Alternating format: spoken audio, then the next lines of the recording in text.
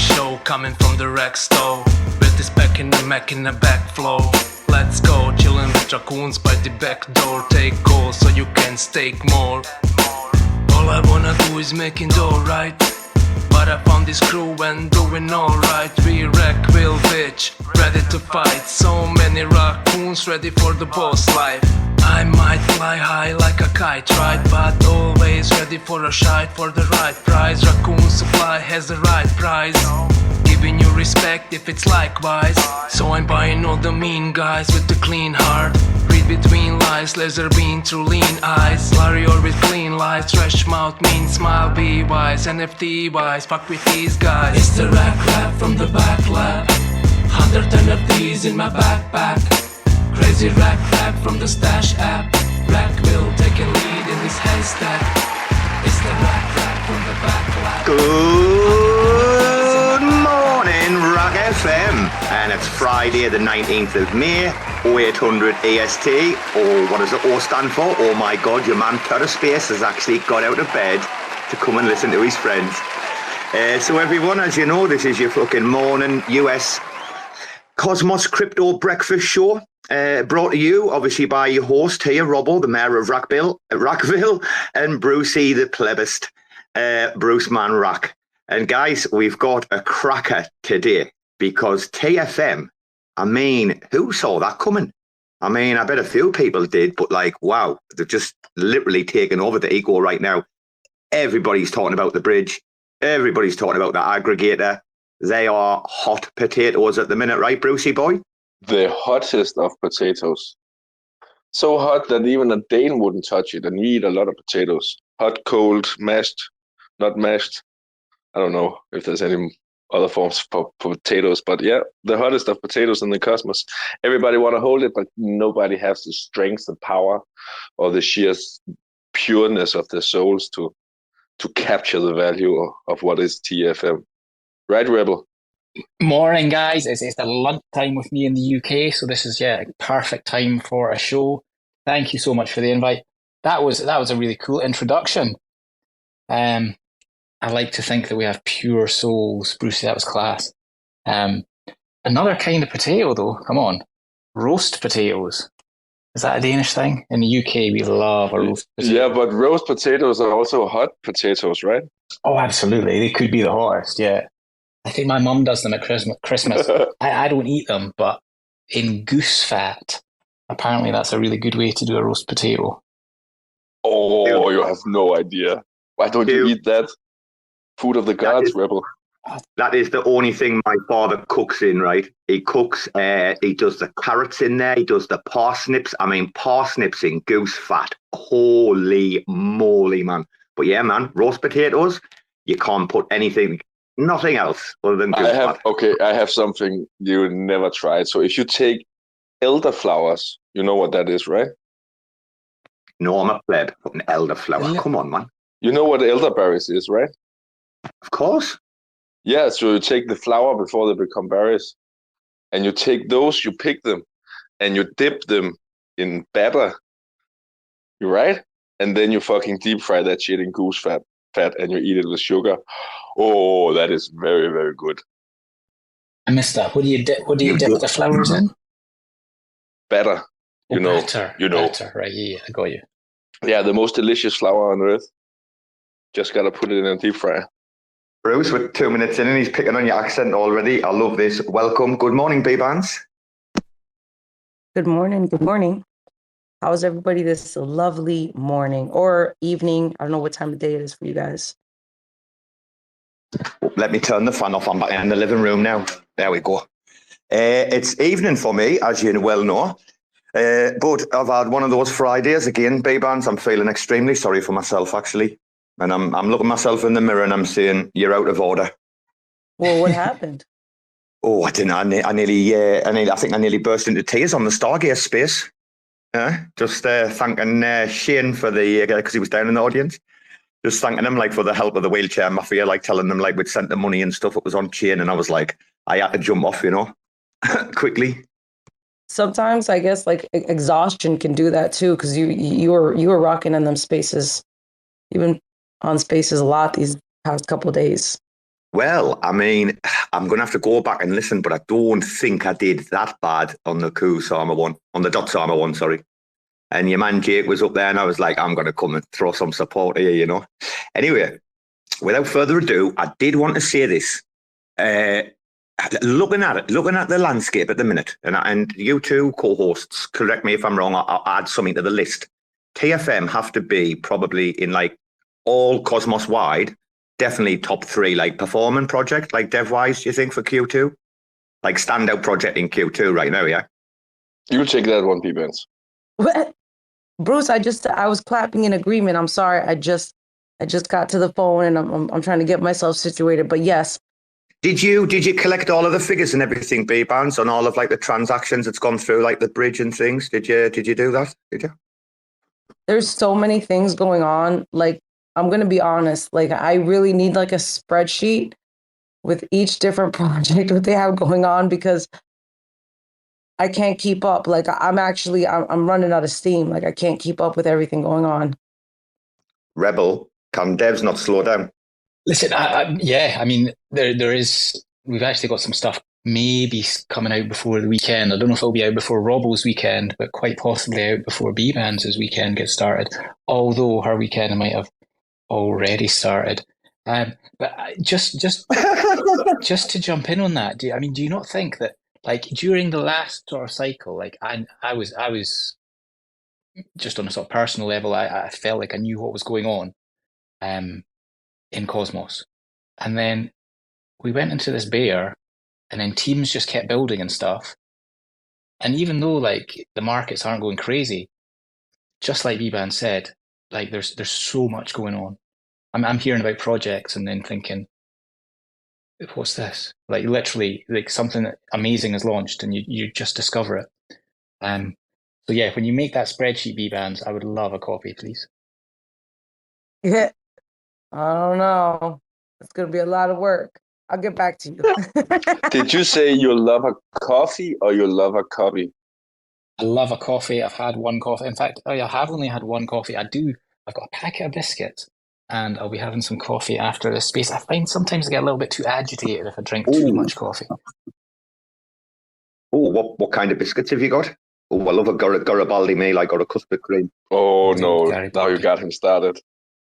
Listen, I went to keep it plain. I've gone for hobnobs. Honestly, man, the price of biscuits in the UK is outrageous. Like outrageous. I got that. I cannot get a proper biscuit for less than 4 pounds. Oh, I'm dying. Wait a minute. It takes a Scot and a fucking Brit to talk about the price of biscuits, man. In a bear market, everything is just tanking, and you're talking about biscuit prices. What the fuck is going on? Listen, that's what we should have done. We should have got out of crypto and invested in biscuit companies. We would have been millionaires by now. It's nuts. Like I got back to the UK yesterday, and I'm staying in a hotel for a few nights. My hotel Robo for 3 nights. It's quite a nice hotel, like, but nothing major. Literally 3 nights is not that much cheaper than a month's rent in Thailand. Crazy. If I'd done 4 nights, man, I would have spent more than a month in Thailand. Jesus Christ almighty. That is mental. My mother's been complaining like gone mad about the gas and electric prices. Oh, she's kicking right off. What was like, dude? She's like nearly £200 a month for each one of them. Like a bill's on a far short of £400 a month, man. She could be having a beautiful apartment in Thailand for that. It's crazy.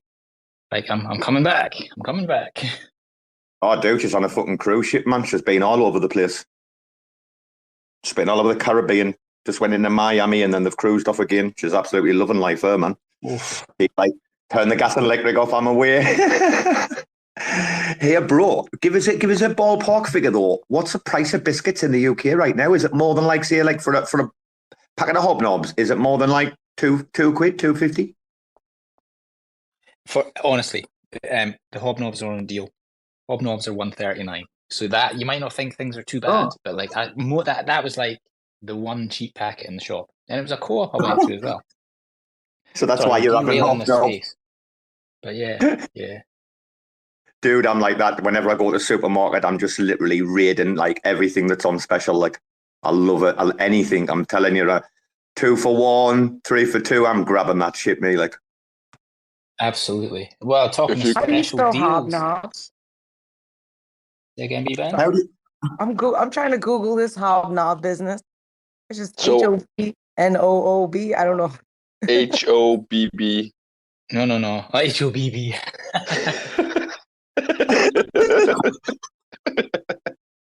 well, this has started well.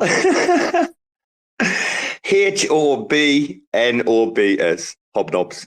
And you get Bbandz, you get Hold on. My husband's trying to spell at me, and I'm going to go with what you got to say. I love you, babe, but you got to. What was it? How do you spell hobnob? HOBNOBS. HOB. And you get OBS. you get chocolate ones, you know. Oh my god, they are probably one of the best in the world. Don't believe him, Bbandz. I fucking met an Irishman in France that wouldn't fucking stop talking about hobnobs and how fucking awesome a cookie is and the best biscuit in the world. And then many years later, I fucking saw them in a Danish shop, and I was like, oh my god, I'm gonna get the best biscuit in the fucking world. And it was just a biscuit. There's nothing special about that. So don't believe them. It's like some weird national pride thing. No, I don't know if you've got the chocolate hobnobs. Shut up. Don't believe them, Chocolate hobnobs Bbandz. It's a Ponzi, man. It's a Ponzi. Oh, look who's joined us. Yellow. Can I say something though? I think I was dying when Bruce was so annoyed with me for interrupting him that he's like, "How do I remove you from the earth?" Yes, I tweeted that out. I sent it to the group chat yesterday. How do I remove you from this earth? Where did we find Bruce? Oh, good morning, Finn. The garbage. GM, yeah, what's up? GM, sir. Listen, this is good. You got me and you got Finn for the old TFM. Finn is a long-time TFM supporter. This is true, and one day TFM will support me back. Let's go. Well, there's been a little bit of support here and there. A little bit. I mean, the pitch is that, what is it? You want to sell Terra Spaces for $1 million? Is that $1 million? No, the price went up now that we have a CFO. It's actually $5 million now because he wants $4 million. I get one of those $1 million, and then it's a whole thing. Having a CFO, probably best and worst decision I've ever made in my life. Yeah, so I make sure that Finn cannot afford to sell, but I also make sure he cannot afford to stop working. So it's business. Good business. It's what we call a win-win in the business situation. Bruce won twice, and I'm still working. It's just business. Look what Bruce is putting in the nest, man. BTC, the biscuit trading company. Oh, Finn, you must like a good biscuit, surely. I'm a big fan of the sound the biscuits make when you pop that can and it goes pop. And I like some B's and G's. I like a good gravy, a nice biscuit and gravy. Are you guys talking about cookies? I thought this was a Terra focus show. I don't know why we're talking about biscuits. Bro, my mate took us for that biscuits and gravy in the Hemingways for what was it for again? Was it, I don't know, some American thing or whatever it was, celebrating the end of the Civil War or something. Dude, it's actually really, I was like, biscuits and gravy, you dirty bastard. And like, he's like, no, I'm telling you, dude, I've tried it. And I'm like, fucking shit's all right, isn't it? It depends on the gravy. I've had some pretty watery shit. I also didn't wake up at 5 a.m. to come talk to you fuckers about biscuits and gravy. But here we are. So I'll tell you, a nice spiced gravy, little bit of spice to it. That's what I like. In Wendy's. Do you go to Wendy's for that, do you? Ew, no. Nah, that's gross. Wendy's is fast food, bro. We don't eat that shit here. Actually, we do, but not for biscuits and gravy. You told me you used to hang around in a Wendy's at like 2:00 in the morning. You remember? Oh, Wendy, Probably there's a not for girl. the Her food. name was Wendy, not the restaurant. Silly. Now, when I was a sophomore in high school, I dated this senior, and she worked at Wendy's, and I thought it was the dopest shit because not only could she buy me smokes, but she also brought me chicken nuggies every night after work, and I thought that was awesome. You were her little boy. I was. She drove a CRX with a booming speaker in it, and I thought I was the dopest shit in high school because I was like 10th grade, and she was like the senior. It was so funny. But you The were, CRX. bro. You fucking were the dopest shit. Turns out I was the dopest shit. Shout out to anybody our age, a CRX. I know exactly what he's talking about. They were a weird little shape, a weird little car, weren't they? Oh, they were. And people, at least where I'm from in Montana, they love to mod the fuck out of those things. They were so stupid, but we thought they were fun back then. I would never get in one now. And I tell you what, fast little motors like back in the day. Right, Finn, you missed quite a lot at the beginning of the show, like the first 15 minutes. We're 20 Big Band. minutes in. Fuck did I miss? Y'all talking about biscuits and cheese. Like, No. what the fuck did I miss? Come on. No, we actually start. Well, TFM took us down the biscuit route, so we facilitated our guest. You know, we're not all about ourselves, Finn. You know, us three. You know, we think of others. But dude, at the beginning of the show, you know, we each in like one sentence, really eloquently, like summed up like the secret to TFM's success. So, would you like to go next? What would, if you could just sum it up in one sentence? How are they doing? How are they just hitting it out the park? I'll sum it up in one word. Shipping. I think that was 2 words. Fuck. So- I think I woke my kid up. Fuck. Hold on. Yeah, that's what I was thinking. When you screamed like that, I was like, I bet you he woke his kid up. That is pretty impressive, though, Finn. That one, never mind one sentence, one word. I mean, it really is down to the dead. Yeah, just getting stuff done and then just releasing it. Well, I think that and like having your ear to these cold, dark streets, I think helps. If you're not listening to what the users are complaining about, are loving about your service, then you don't know what direction to take. I mean, you guys obviously have the vision in the dev's mind of what he wants or she wants it to do, but like that only gets you so far. Thank you. Of what your robot wants it to do, then, you know, that only gets you so far. But you have people like Rebel who is in all of these different circles and can listen to all of these different people bitch about, you know, what doesn't work or what could work better or whatever. And then they're quick to enact that. It's kind of the same thing Leap was doing. Remember when Ambeta was like, man, I wanted this thing. And like I mentioned it. And then the next day, like it was there, you know, like that kind of shit. That's what you got to do, especially in a market like this. Like you got the time, man, listen to the people and see what the fuck they want. But you need the resources as well. So TFM, I'm going to come in and say I didn't like go in and research the team and stuff like that, right? So what's your exact role within the organization, just for the audience and stuff? Well, I'm the CFO, and I do a lot of the content. Sorry, you're talking. Lab. Finn has joined. Many a time we used to do a lot of spaces, and Finn would always record them. We didn't buy out Terra spaces, but we contributed a little bit here and there. So I mean, my role is flexible, sort of community management, sort of marketing-y stuff, business development type stuff. Also do a bit of software testing. So yeah, quite a lot of different responsibilities in there, but really just sort of trying to get the word out. Are you a jack of all trades, are you? Jack of all trades, master of none, but oftentimes better than a master. Oh, no, was it? Jack of all trades, but master of none, oftentimes better than a master of one. Not often, always better than master of one. Is it always? Well, see, I mean, that's the thing. People think a jack of all trades ain't that good, but sometimes a jack of all trades is kind of what's required.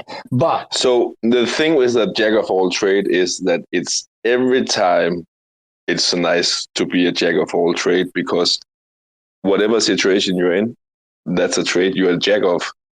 You're a jack of that. Your accent. I couldn't help When myself. Bruce Sorry. says it sounds like he's trying to say you're a jagoff. So let's not be a jagoff. But yeah, obviously, when it comes to building something like TFM, being a jack of all trades isn't what's required. So yeah, very, very skilled team of devs, which is great to work with. But they lucked out with you though, because of your position at OC and just within like the lunatic community, like your OG GP, GT capital, GPT cap. I mean, like you've been around. I think you were around before I was. And so like they basically tapped into the heart of this DJing shit when they got you on. I'll just sit back and let Finn keep shilling the old Rebel DeFi here. That's awesome. But it's great to be involved with a team, to be honest, and just sort of see how it works on that side. So, like, if there's anyone involved in the audience, and I can see a few, like, because we're here, a lot of us have the skills that teams are interested in. So yeah, keep your eyes and ears open, and if you're interested, someone maybe will snap you up. So, dude, I do want to say like hello to Tank in a second, but I've just got this one line of questioning before we jump elsewhere. So, devs, you mentioned about the team. Exactly how many devs are there in total working? There's like active there's back end, yeah, front end, back end. There is a team. I don't have an exact number for you, but it's more than just a couple of guys. In fact, there are different sexes on the team, which is pretty cool. I'm calling nonsense right there. Pics or it didn't happen. Wait, did he say there's different sexes? Yeah, man. Yeah, like they curate skills. multiple CEXs that they curate from. Oh, okay. I thought you were saying that there was multiple sexes, like you have some females, you have some males, you have some, That's the Bbandz. Bbandz, Bbandz, you and me are on the same wavelength here. Finn's getting all. He's just taking up at 5 a.m. He's taking the piss. He's doing what Finn always does, trying to diffuse. Hot damn, I missed that one. Shit. So yeah, it's a great team to be involved with, and to be able to sort of work with these people is amazing. And do you run it like? What would you clarify yourselves as running like a tight ship? Following like good business practices, and you just like proper run it like a business, yeah. Oh, absolutely. That's what I think all these different crypto projects sort of have to do. Well, have to do and currently do are completely different things. Bruce, as CFO, you should be taking notes here, okay? I'm not sure you're the boss of me. I think it's the other way around. I'll be taking notes for you, sir. Thank you, sir. The reason I ask that is, Rebel, is because, we often hear about these like big bloated teams and, they get lethargic and they're doing it shit. Like, I just envisaged you guys as being like, a lean, mean, like shipping machine. Do you know what I mean?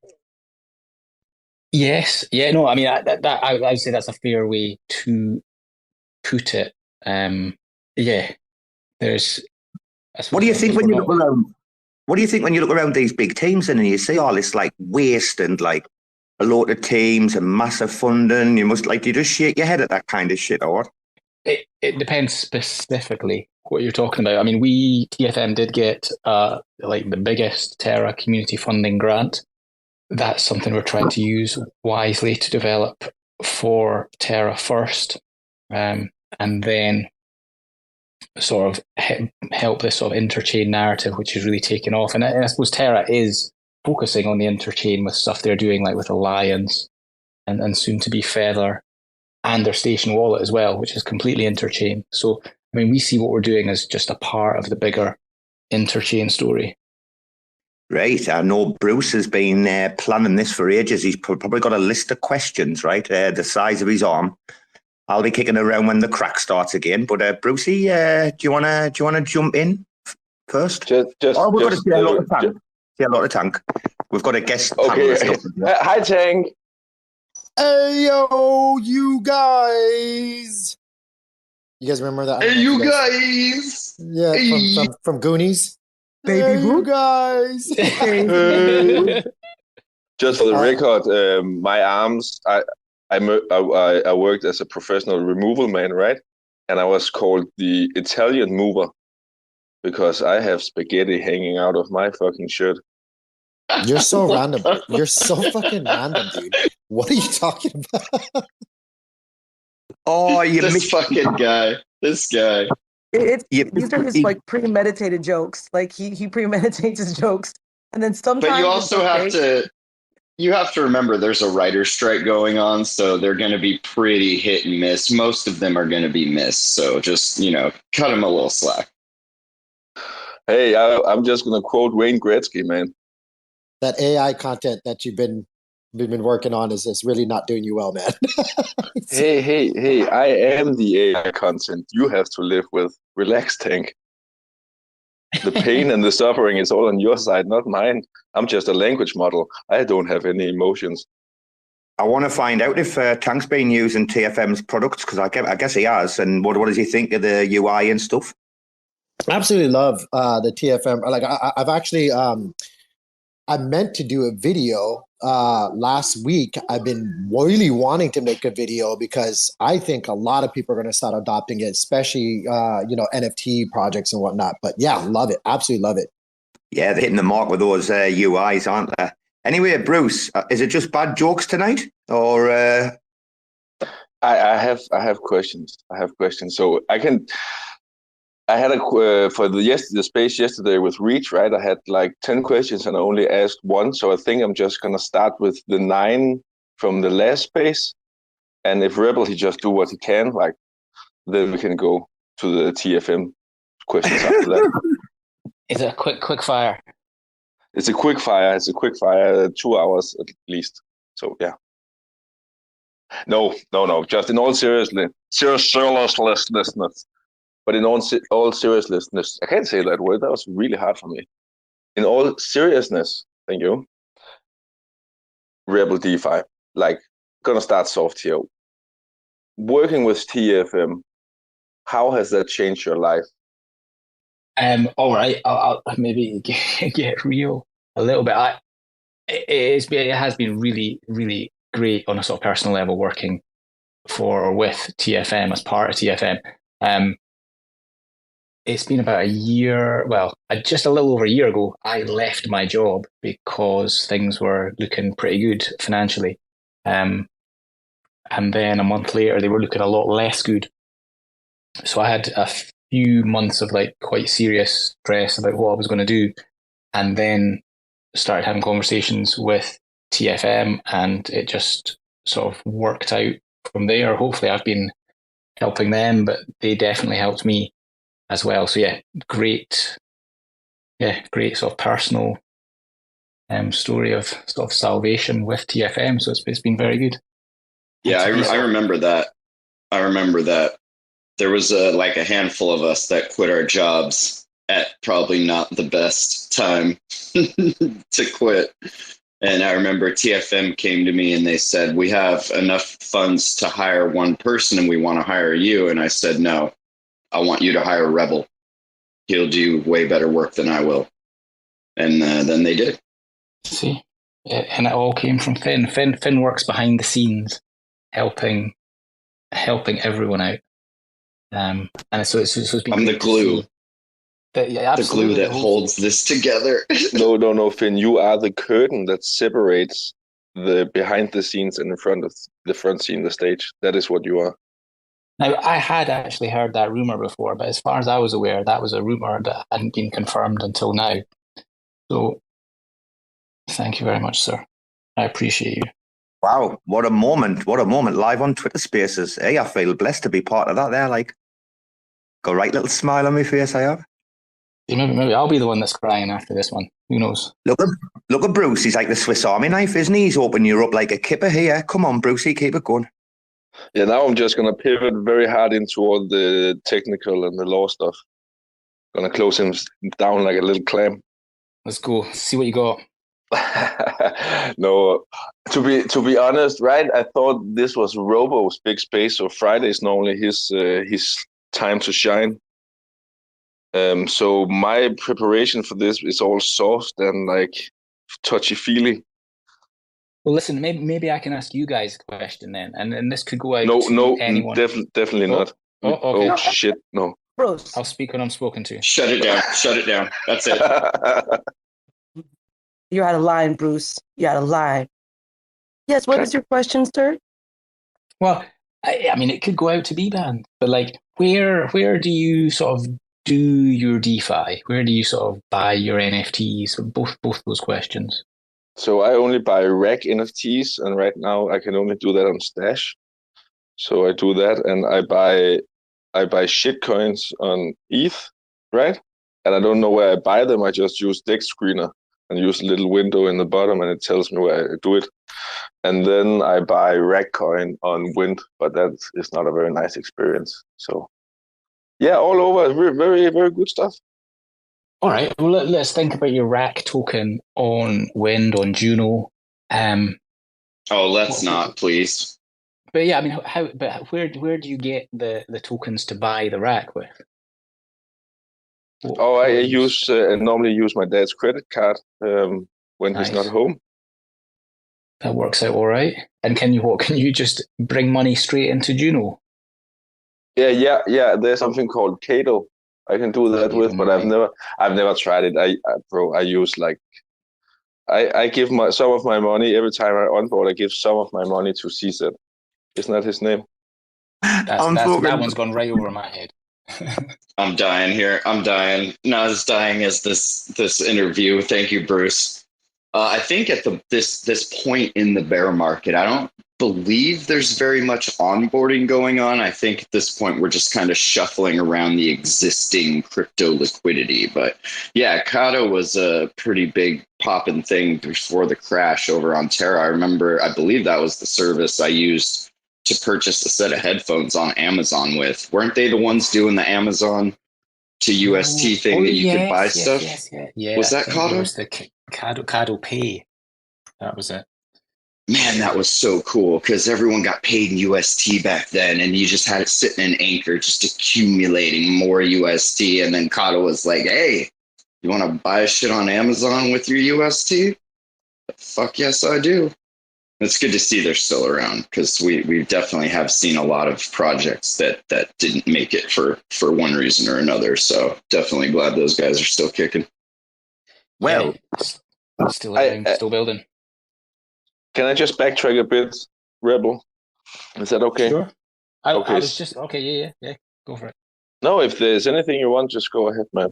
I was just going to say, like, so if I mean, and you gave the example. This is not my example. This is your example. But like on Juno, because there's so many different liquidity pools, I might call it fractured liquidity.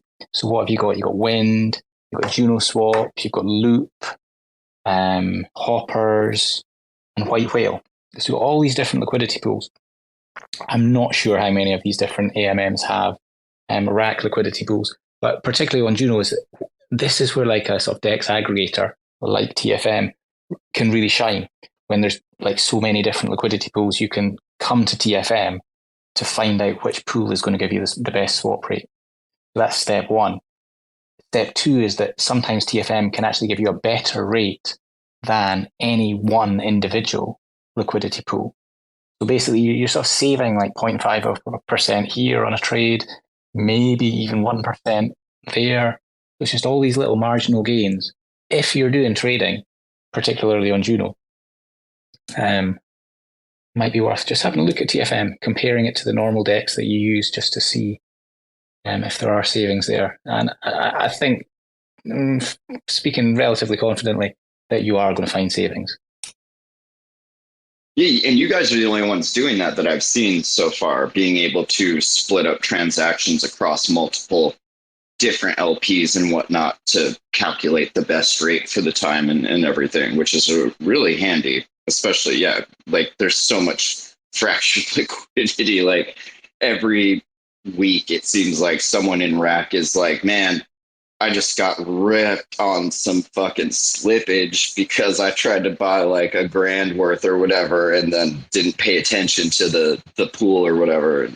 yeah, using TFM, you won't bite that bullet as hard for sure. Obviously, it does depend on the LPs that are available, but Finn, yeah, I paid really attention. I paid attention to the pool. It was the UI that fucked me over. I had zero responsibility. It was the code. That does happen. That does happen, especially when you play around with all this stuff. It's early, baby. It's still early. We still early. It looks like there's not that much RAC liquidity. So like when you type in a grand USDC to RAC on TFM, it does give you a big red warning, saying that the price impact is going to be over 10%. And that's a relatively new feature we sort of implemented a few months ago, just to really make it clear. Because it is quite, if it's not like in your face that you're going to get a little bit wrecked on the price impact, it's quite easy just to sort of click through a trade. But there's only ever been one pool, though. There's only ever been one main pool, hasn't there, though, for RAC, basically, what was moved over from Juno Swap, because like the Osmosis one's been shallow. It's always been like really, really shallow, right? We've seen like what's happened when people went and bought an Osmosis, right? So is it not because like there's not like loads of pools all over or something? Is it looking at that one and looking at that one and it's like, oh, this is really bad because one of them's like really bad, or? There's a percentage that you can go under as long as you're doing small amounts. You just have to do it several times. But yeah, if you pull it all at once, like, which now that I say it out loud doesn't really make sense because the same liquidity is there regardless. But I feel like when you do smaller buys, you're not getting ripped as hard. Yeah, and if people are trading the other way to you, that's going to kind of balance things out again. And then you can do another $100. And then if someone sells, you can then do another buy. Whereas if you do a buy for $1,000 all at once, that's going to move the pool. So how many is aggregated like all together? How many vectors have you got aggregated? Well, essentially on Juno, it's all the pools. Or all the DEXs, all the AMMs, 5. All right, okay, right. So it's in there. I mean, you can read about in the TFM documentation about sort of volume splitting, which is maybe you send 50% of the trade to wind, and then you send 50% of the trade or 25% of the trade to hoppers, another 25% through JunoSwap. So I mean, that's something if you're trading on individual DEXs, unless you're going to be sort of doing lots of individual trades, you can't really recreate that. I mean, that's something that a DEX aggregator can give you. I got a quick question with that. Does it reach across multiple IBC chains as well, or does it just stay on the one chain? Because right now, like RAC has a little LP on Bo, which is on Puji. Would it look across that as well because it is the same token, or does it go based on the chain that you're trying to work on? The latter at the moment. But I mean, the dream really is being able to aggregate not just DEXs on a single chain, but I mean, can you imagine like going to TFM and you put in a trade that you want and it literally looks across the entire cosmos for all the liquidity. Well, that's why I interrupted earlier, dude, when I asked you the question, and then I went, oh, like that, and I shut up. It was because I was going to say, I thought like you were aggregating like other chains as well, so I thought you were like tapping into, say, Osmosis as well, you know, amongst others, like Finn saying, coming soon. Coming soon now. We put it in the ear, now it'll become reality. I like that. So watch this space. I mean, people have suggested this already, and it's like, it is quite a nice concept. So it's something that's being looked into, shall we say. And the infra is still pretty early with that stuff. Like we're just now, I mean, we had Game of Alliance where you were able to shuffle around different Alliance assets on testnet. And then now, you know, we have Whale that you can do that with, Eris you can do that with. So I feel like once more chains get on that vibe, like you guys will have an easier time on the back end, like looping all of that shit together. But you need the relayers, you need this infra setup, and we didn't really have that like 6 months ago, you know. It's all down to the oracles and stuff, isn't it? I would presume, yeah. I'm not saying it's necessarily the Oracle so much, but I mean certainly for cross-chain transfers is the relayers, obviously TFM infrastructure as well, but just it's the connections between chains. I mean, Osmosis has a ton of relayers connecting it to lots of other chains, but some of the smaller chains have less IBC connections. But I mean, that's what this the recent release of Smart IBC Bridge is about, because previously we were able to thinking about your RAC tokens, or say thinking about Juno, say if you were transferring some Juno from Juno, you could send it to anywhere that Juno was connected to, and that was it. But that was still quite a lot of chains where you could send your Juno. But if you had Juno on Osmosis, you couldn't then send that Juno to Umi, for example, not directly anyway. Even though theoretically you can do that, what you'd end up with is a token on Umi, a Juno token on Umi that wouldn't be usable because it would be a wrapped version of Juno. So correct. It's exactly like ICS 721, isn't it? The NFT. So basically, if you mint one on Juno and you send it to Stargaze or whatever, and you wanted to send it to I don't know, Omniflix or wherever, you've got to send it back through where it came from before it can go on the next journey, right? Yes. Yeah, and that's the same way that these IBC Alliance transfers work. Terra was the main hub in Game of Alliance, so whenever you tried to IBC anything across to Altrades or any of the other chains, you always had to send it through Terra first, then from Terra to the other chains. And what TFM has done is it does that kind of for you in the back end. You just tell it where you want to go, and it'll pick the path for it, which is really cool. Are we seeing decent daily volume? Are we? What's your daily volume like, bro? Unit users or something? I'll be honest with you, I don't have those numbers right in front of me just now, but we can definitely get them. Are you good? And get them published. So yeah. I mean, the more you guys using TFM, the better our numbers are going to get. So, yeah. Do we know what the daily volume in the Cosmos is? Because it's not that high, right? It's $10. $10. It's just 10. So I got a question. I'll do Bruce's job for you real quick, since Bruce is not pulling his weight tonight, and he'll get talking to you about that later. I got you, no worries. So Rebel, as an OG DGen, I mean, you started out in the OC game, still do stuff with OC, and now with TFM. For you personally, what is the set of features that got you most excited, that you were like, yes, this is where I want to be. These are the team I want to be building with? That is a good question. Thank you and that wasn't a planted question, but I appreciate that. Was actually my question that Finn asked for me to you, as he said. It's by proxy. I mean, when I joined TFM, we were doing the DEX aggregation side of things. And I thought, I'll be honest with you, I mean, when I first joined TFM, I didn't know what a DEX aggregator was. So if there's anyone in the audience who is not sure of what an aggregator is, how it works, don't think that's necessarily a bad thing. I think we have all sort of gone through that stage. If indeed we have gone through that stage, I mean, just getting my head around the concept of what is an aggregator. So I appreciate that TFM had some patience with me sort of as I sort of worked out, as they taught me what an aggregator is all about, but essentially just bringing together different liquidities. And then, so yeah, it was the DEX aggregation side of things is what we had when I first joined. The challenge I had personally was that I didn't have a ton of liquidity to be trading with. So I was like, yeah, it's kind of cool, but I literally can't use this all that much myself. Then the NFT aggregator. I mean, to be honest, I was more into DeFi, I think, before. But having got into NFTs, I think the NFT aggregator is dope. Really, really amazing in the sense that if you're on, I mean, at the moment, you can look at NFTs on TFM across Juno, Omniflix, Stargaze, and Terra, all of them. Doesn't matter what market. I mean, obviously, Stargaze is essentially the one marketplace.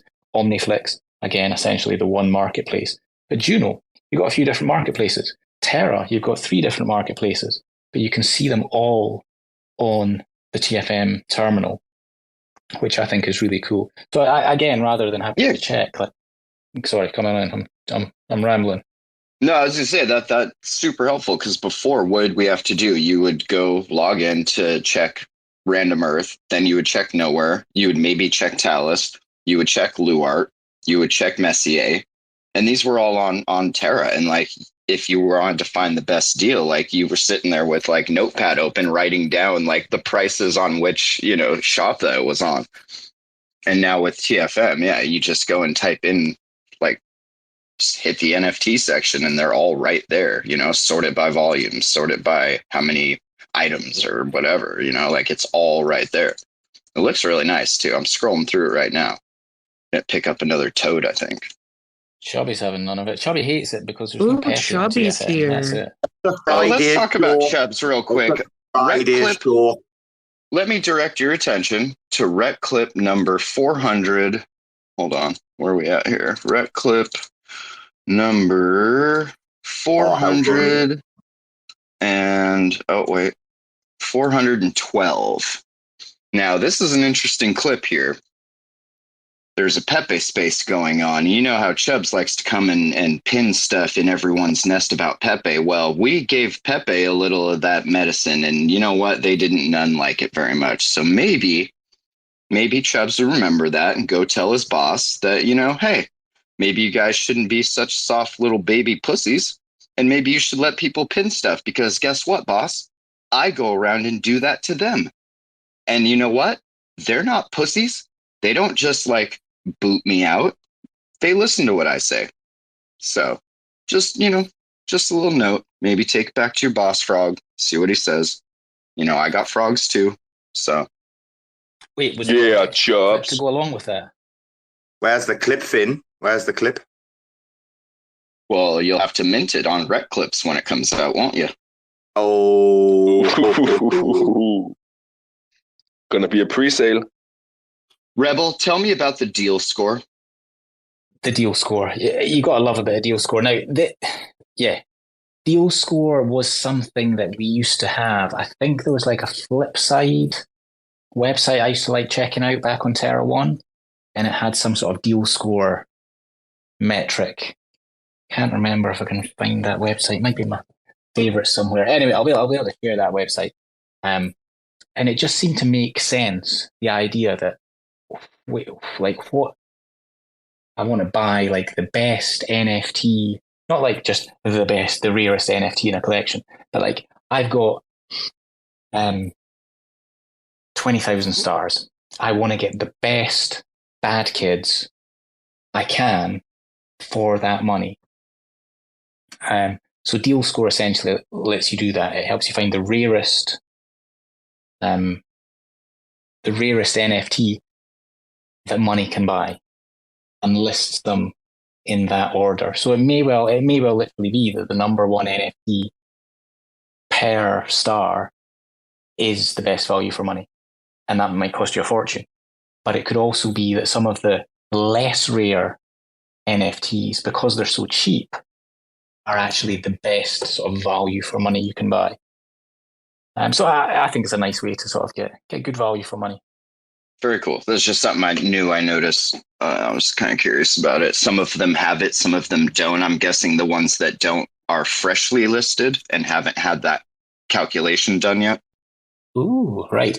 If an NFT is not for sale, it doesn't have a deal score because it needs both the score, which is related to rarity, and a price, because it is rarity or score, which the rarity is worth. Score is basically like an on-chain score that each NFT has based on the rarity of each of its traits. And then... Okay, so if you have a collection where rarity really doesn't matter as much, I mean, I guess you could say there is some sort of rarity in the majority of collections in one way or another. But like if you have, and I mean, maybe Skeleton Punks isn't the best idea because they might put up another prop to give certain weight to certain rarity. But as it stands right now, regardless of the rarity, you're still getting the same B Luna rewards. So it wouldn't maybe necessarily matter that much unless you were hunting like a specific trait, I guess. And maybe that'll change once the weights are different, depending on how the community decides to vote via governance in enterprise there.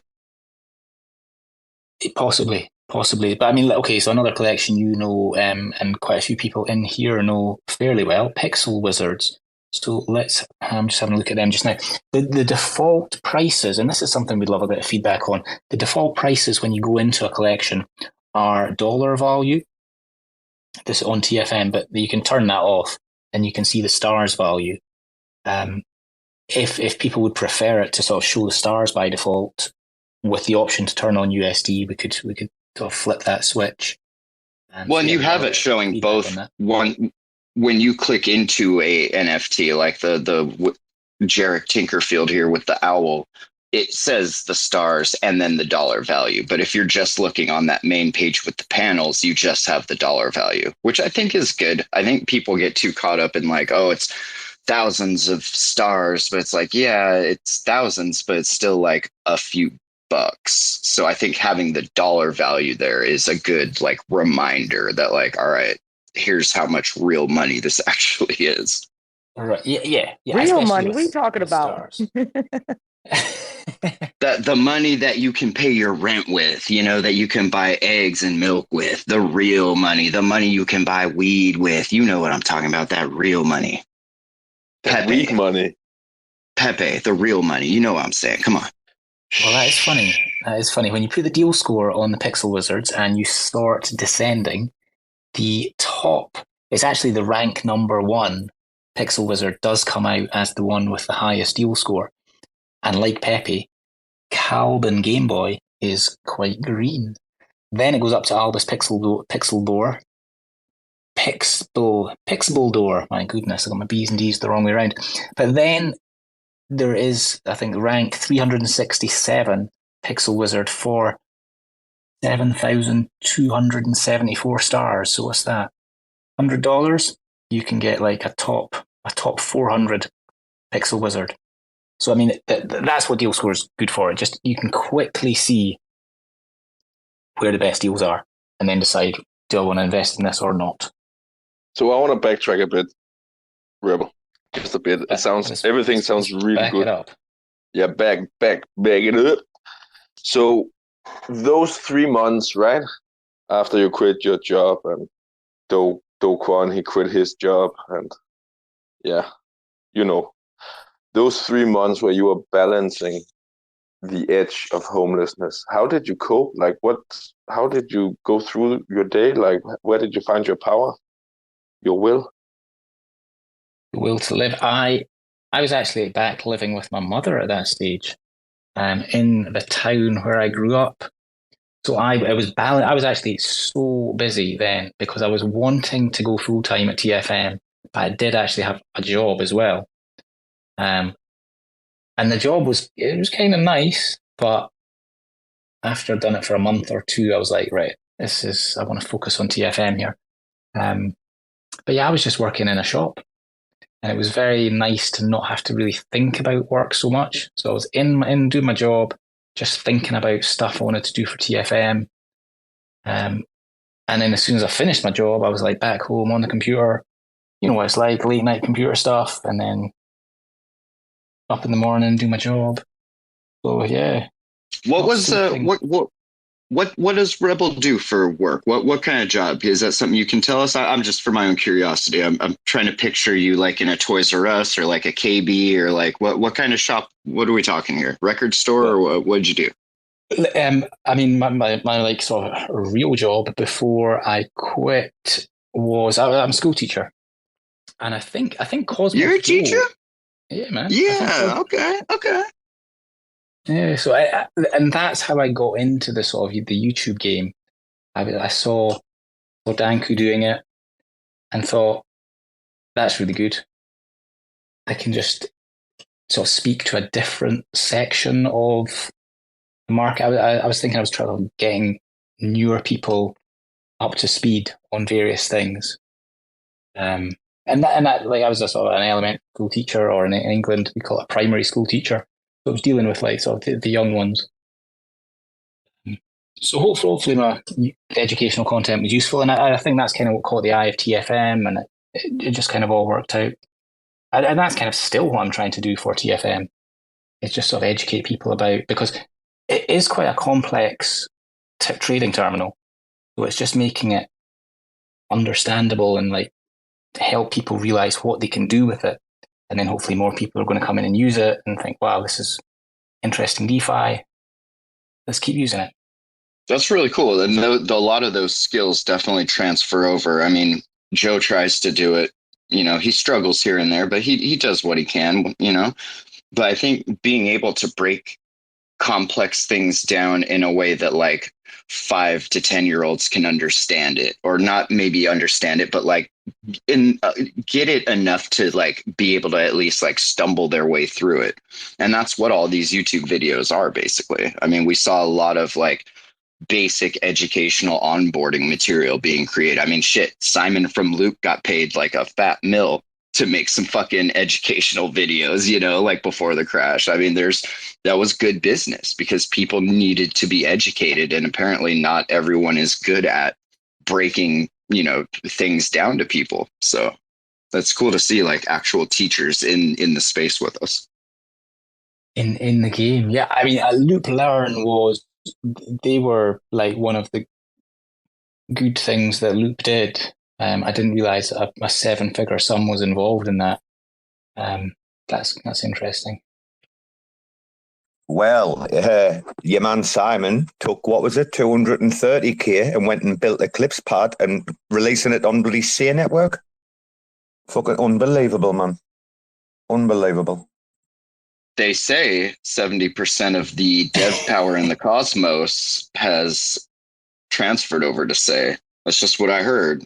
Could be a psyop. I don't know.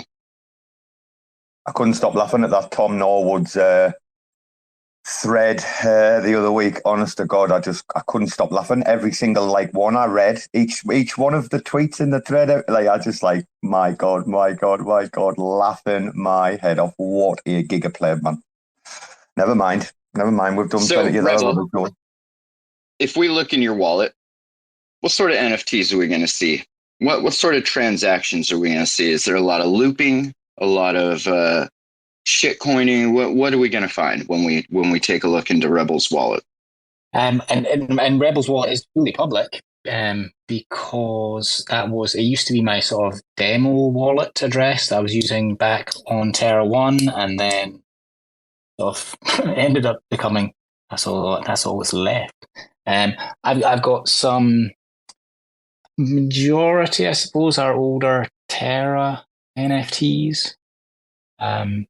If you look into the TFM wallet, that might be a bit more interesting, because there are some different NFT projects throughout Cosmos. I can see Atlas DAO in here. Forgive me if I'm not shouting out anyone else from NFT projects, but a lot of projects are donating like 1 or 2 NFTs. Some are actually donating more than that into a TFM wallet, which we're going to use for giveaways at various stages to sort of help promote the TFM trading terminal, to help promote the different marketplaces, the different L1s, and also the NFT projects themselves. I mean, that's what we're kind of thinking, is that like NFTs really are sort of holding together the Cosmos communities at the moment. So if there's different ways that we can help support the different app chains that have NFTs, as well as the different projects who keep on building, then that's going to be sort of good for everyone. Or so we hope anyway. So yeah, I mean, we've already done a few giveaways of some Cosmos apes, but like I was saying, Atlas DAO have given us a couple as well, so we'll be giving some of those away at some stage. Maybe, I don't know, it'd be interesting to hear what people value as sort of the best way to do sort of NFT type giveaways. Would a trading competition be something people would be interested in? Or is it just sort of like straight up? Anything other than tag 3 friends, because that's the cheese. Yes, I'll be honest with you. That it doesn't rile me. I just don't even do tag three friends. So to set that up on the TFM on Twitter account would be difficult for me. I do, and Yeah. every time I just tag Chubby 3 times. Every time. One day, Chubbs, we're gonna win one of these giveaways. You watch. And we also sometimes run missions in the TFM Discord. They were quite popular. We did a Crew 3, and I think Crew 3 might have changed their name, but I didn't feel Crew 3 was a great sort of it is a great campaign tool. Sorry, I don't want to say it's not. But no, I'll say it's not. It's really not. Right. Crew 3 is awful. Crew 3 is there to collect all of your data, connect it to all of your wallets, and send it to the government. So enjoy that. I hope whatever NFT you won was worth it. I ain't touching that shit, though. I couldn't agree more, Finn. I just look up who the CEO of Crew 3 is and tell me that guy is not working for the feds. Just do that for me. Tell me what you think. Interesting. Well, I wasn't even thinking of that side, but that's very interesting that you raised that as a potential issue. But we were finding that the engagements that we were getting just didn't even seem like legit people. I mean, some of them were legit. Is he still in the space? I don't think Chubby participated, but we would have welcomed Chubbs in for sure. But yeah, Dizzle came and joined some of the Crew 3 campaigns, so obviously knew he was a real person. But I think for every sort of real person or real Twitter account that engages with the Crew 3 campaign, there's maybe 3 or 4 dubious ones with like 10 followers that do nothing but like retweet. So I just don't know if that's necessarily the best way to bring legit people into Cosmos. I'm sorry, I just need to comment on what Finn said. So he actually worked in the army. Oh, sorry, the Navy. Intelligence division. Yeah, I just posted a picture in the private GC there. You can tweet it if you want, but that's David Big M. Yep. He looks like he wants your email address so that he can sell it on a spam list with everyone else's email address. I don't feel comfortable giving that man anything. No, he was he was also in the Navy for 11 years. Look at the state of him, man. Oh my God. Looks like a right snake oil salesman. It's got to be the sunglasses on LinkedIn. Yeah, just like Bbandz, can you post that in the nest somehow? I didn't know where to put it, so I just put it in the GC. But I mean, you guys can find it if you just Google Dave Bingham, Bigham. You'll see Crew 3. You got to put it in the comments if there's no tweet about it. You can't share it. You can only share tweets in the nest. I can see it. Anyway, I can see a few tweets up in the nest already. When you're gonna let Robo have some questions? And I'm keeping quiet because I've got the big numbers, big ones. Did you get your questions sorted out? It's all you, baby. Take it away. No, but I'm going to be really honest about something. You know, I made a bet on an ecosystem. We made a bet. A lot of us made a bet on an ecosystem, right? And there's a lot of times like I've turned around and I'm looking at the development like over on Luna and then I'm going, fuck. Like, I kind of understand how Luna went through like what it did. And all like the devs stayed there and they didn't just stay there. They started like producing like awesome fucking shit. Like, and even like the ones that have moved, like most of the revigoration that came into like Stargaze and all that was all like their projects moving over, like the Skellies and all them, right? After like the crash, yeah.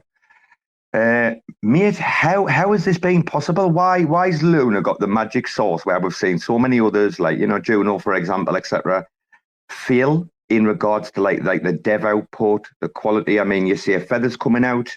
We've seen Enterprise. We set one up. It's lovely. There's all sorts of stuff going on. The Astroport, etc., etc. I could go on and on and on. How is this possible? How did they retain the devs and then they just bang it out the park? Is that for Rebel or is that for Finn? I'm sure Finn. No, that was for you, buddy. Like, what, in your opinion, having gone through the crash and seen these devs rise like the phoenix, like to me, I'm like, I mean, didn't get me wrong, there has been some all right stuff over on Juno, But if you take away like 4 or 5 projects, like there's nothing there, right? Like you look over Luna and you go like, whoa, look at this. I mean, look at the success, like say like the Lion DAO's had. Like every project seems to just be going like a rocket at the minute over there. That is a fair point. I mean, I think before the crash, I mean that crash was a seminal moment in Cosmos. Things were pretty tribal, with different ecosystems maybe thinking they had better things going on with other ecosystems. And there was, without wanting to sort of throw blame around, there was I'm sorry, I made myself speechless here. Finn, I think the UST, right? Like there was no decentralized stable. So I think having that pre-crash was a huge in for the rest of Cosmos, because now they could utilize this stable that wasn't controlled by fucking Circle or whatever. Like it was a true decentralized stable. And then after it crashed, it took all of those projects with it, and not obviously completely with it, but it put a big dent in everybody's fucking war chest, and the fact that a lot of those projects just had a bad taste in their mouth with Terra, I think created this air of like, all right, we have to stick together as this community and this ecosystem and keep building something, because we're going to get shit on no matter where else we go, because everyone's hating on UST because they were all way over leveraged.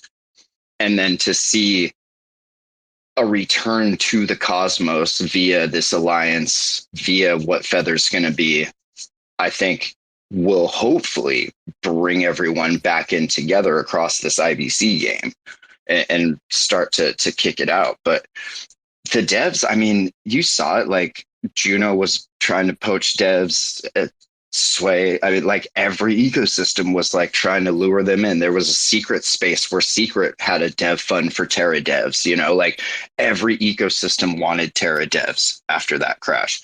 And some of them went and chased money, and good for them. I hope they got it. And some of them stayed, some of them did both, and it just depends on the situation and the people. But I think what we ended up with is a pretty tight-knit group of really, really big brain people, and then a bunch of us smooth brains running around yelling about it.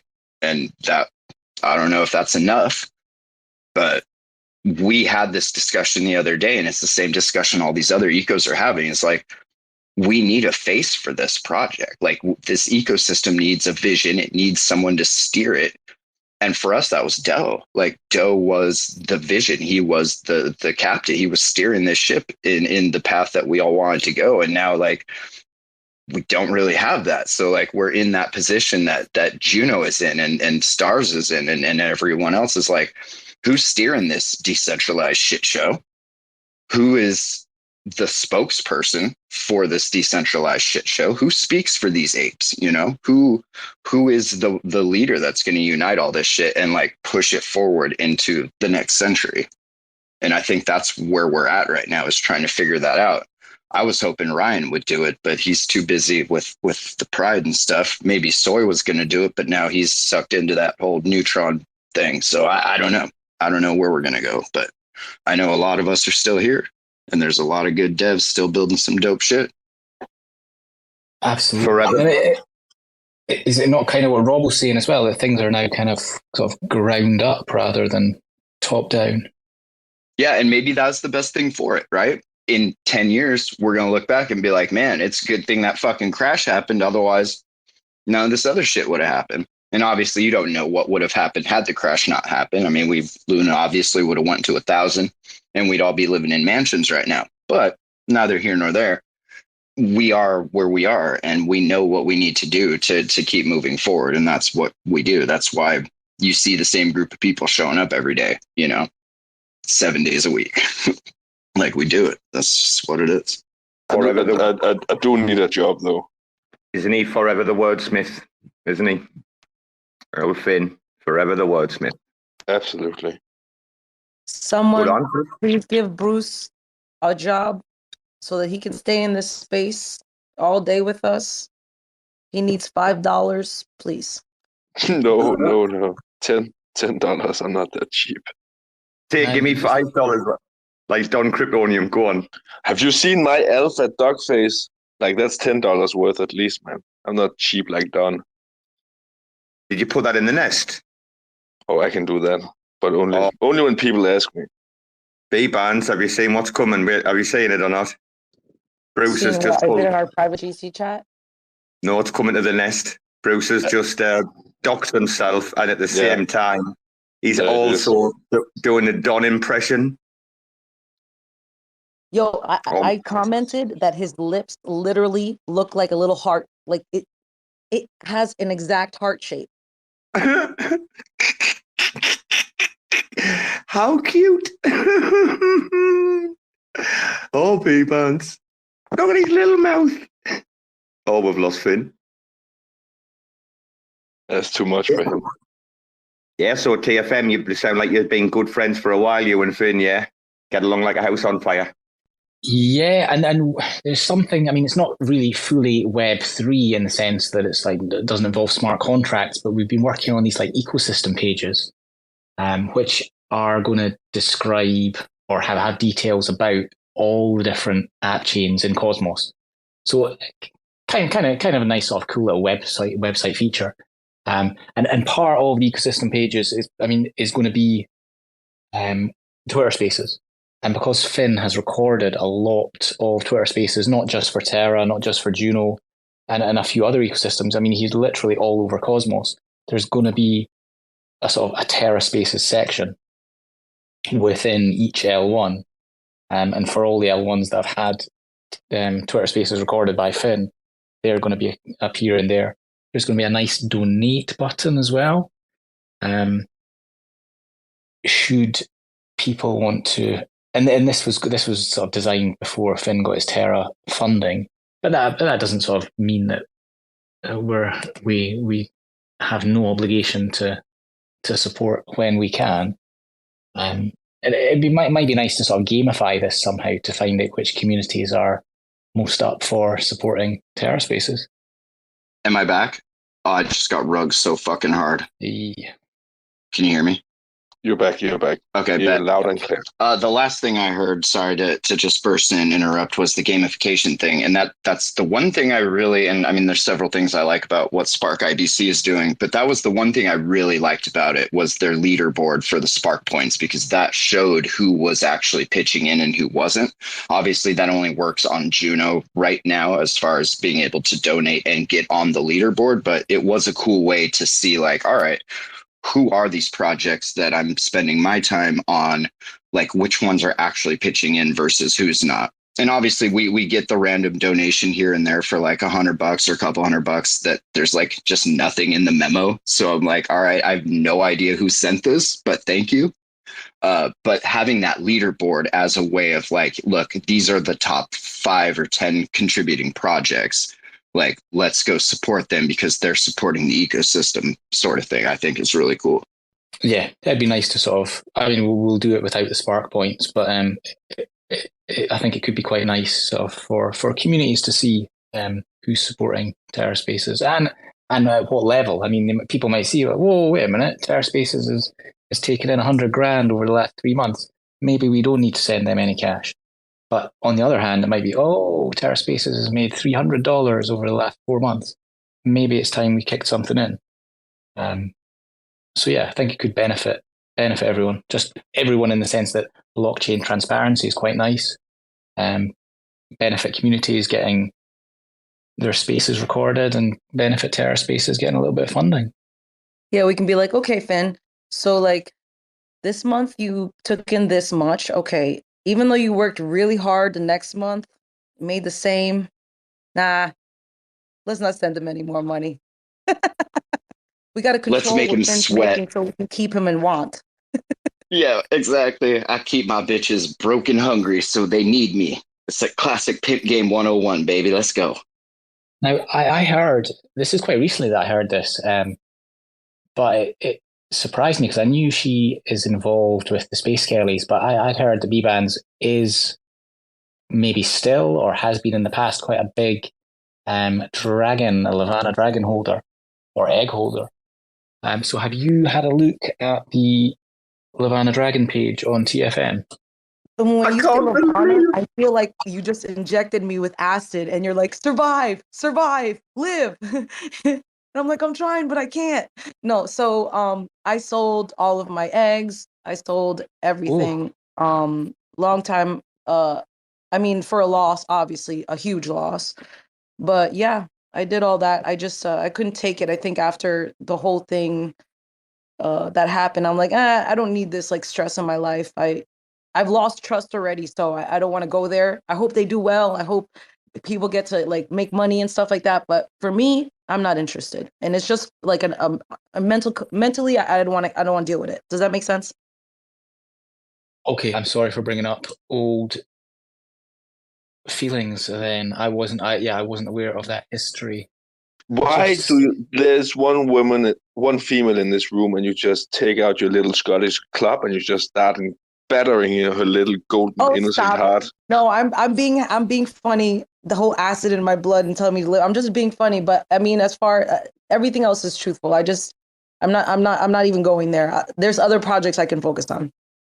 When he first said that, I thought he was going to ask you about the new gelato hire. And when he said Levana, I was like, oh shit, here we go.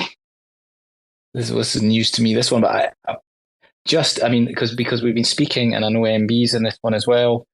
There are quite a lot of like old school Levana dragon holders, and I knew they had issues with the sort of marketplace that they had on Juno. Just not being all that responsive to things that they were asking for. So, I mean, I think TFM have been particularly responsive to Levana dragons, and we can essentially do this for any NFT collection, is put in custom sort filters. So one of the custom sort filters is you can order the dragons or dragon eggs by spirit level. And as far as I'm aware, that wasn't possible directly on the marketplace. So there is stuff you can do on TFM that makes the sort of researching and buying experience, particularly for if you're into Levana dragons, like a really nice experience. And I'm just looking, actually, I'd been interested in possibly buying another egg for $500. Ooh, nice, yeah, I used to spend that. I think in total, I think I spent like 15 G's on eggs. Oof, anyways, Bbandz, did you do the meteor shower, or did you get in after all that? Oh no, I was there at the meteor shower, and then I started flipping eggs, and then I was like doing the game stuff, and like I thought it was less, and then my husband brought it to my attention that was actually, the amount. And yeah, I'm just looking at old Levana stuff. Now that you brought it up, I'm looking at their token vesting schedule that they had, or the token that never came. Just a whole bunch of stuff.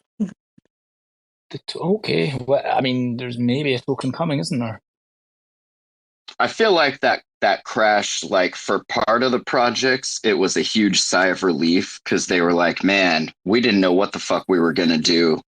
And I'm glad that this happened. So now we don't really have to do anything. And then obviously for the rest, it was like, oh, fuck, like that really put a wrench in our plans. But I definitely think there's like this large handful of projects that were just like, whew, dodged a bullet there. Robo, do you have any questions? No, dude, I've just been eating some fried chicken and sticky rice while I was listening to you. Oh, are you eating on the space? Oh, again with the sticky rice. Man, never gonna. Quick, a history of the wheelchair mafia on Stargaze is now 39% minted. Slow but steady, baby. We're gonna get there. Feed those dogs. I know. I wanted to do like the raffle at like 40%. Just for the culture, One more percent. I am just looking at a history of wheelchair mafia on. Does Rebel, is he familiar with the dog chariot racing gentleman? Because I feel like I've seen the video, and they all come out and they're looking so excited, and yeah, man, it brings a tear to your eye. That one.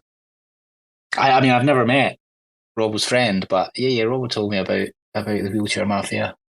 Rebel. He sent me a screenshot of the wheelchair mafia on TFM fairly shortly after the launch happened, right? Yeah, man, they're up there. I'm just looking at how many items you've got in the collection. It's 555. Is that correct? Correct, sir. It is, yeah. And the price at 555. So basically, I mean, we've said this to a few people, just to fill you in quickly, yeah.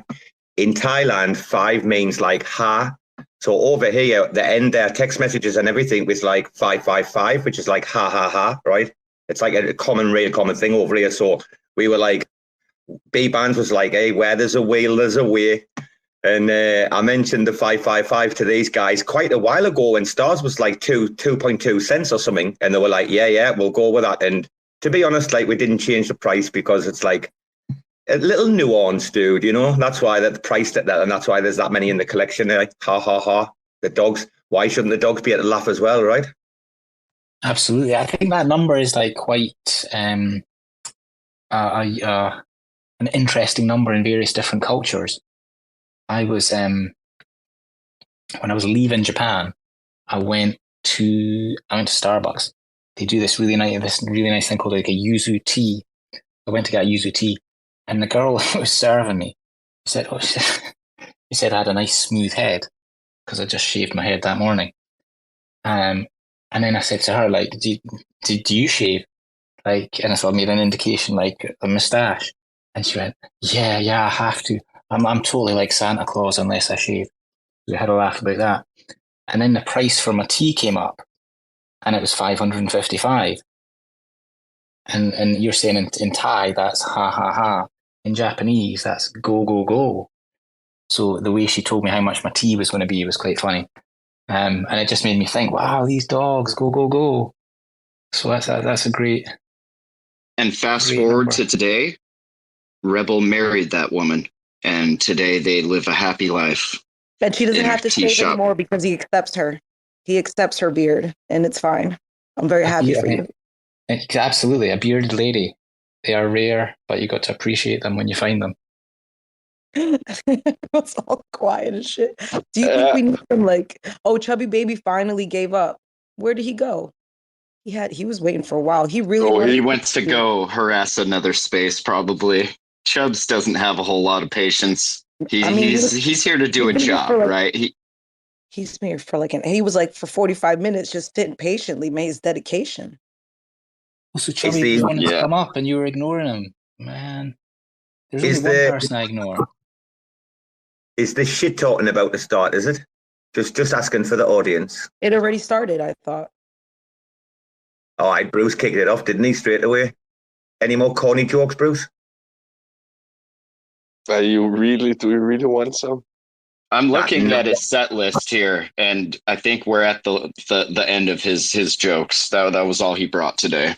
But good material, Bruce. Not bad. We'll work on that. We'll tighten it up a bit. Nice. Thank you, man.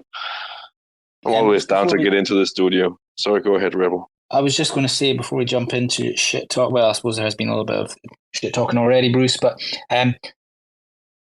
TFM, we definitely appreciate feedback. And like Finn talked about this earlier on, about sort of stuff that we build, but also stuff that might, like if you see like, oh, that seems a bit strange or that's not working the way I'd expect.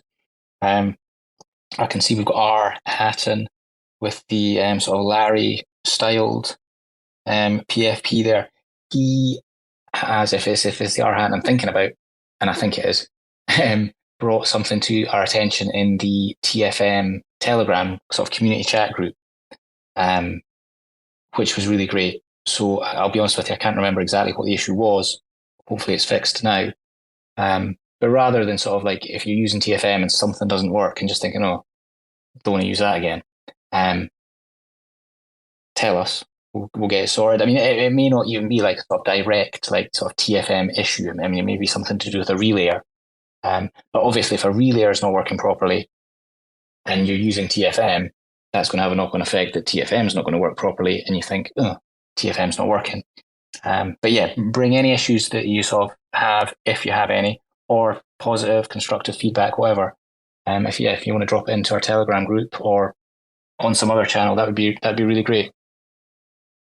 So I got a quick question. Do you guys have any plans to spin up some of your own relayers based on all of this data that you guys have, just looking at like where the weak points are? Like, is it feasible financially to kind of fill in the gaps there in the meantime while we wait for, I guess, other validators to do it? Because that's generally a validator job. Is that right?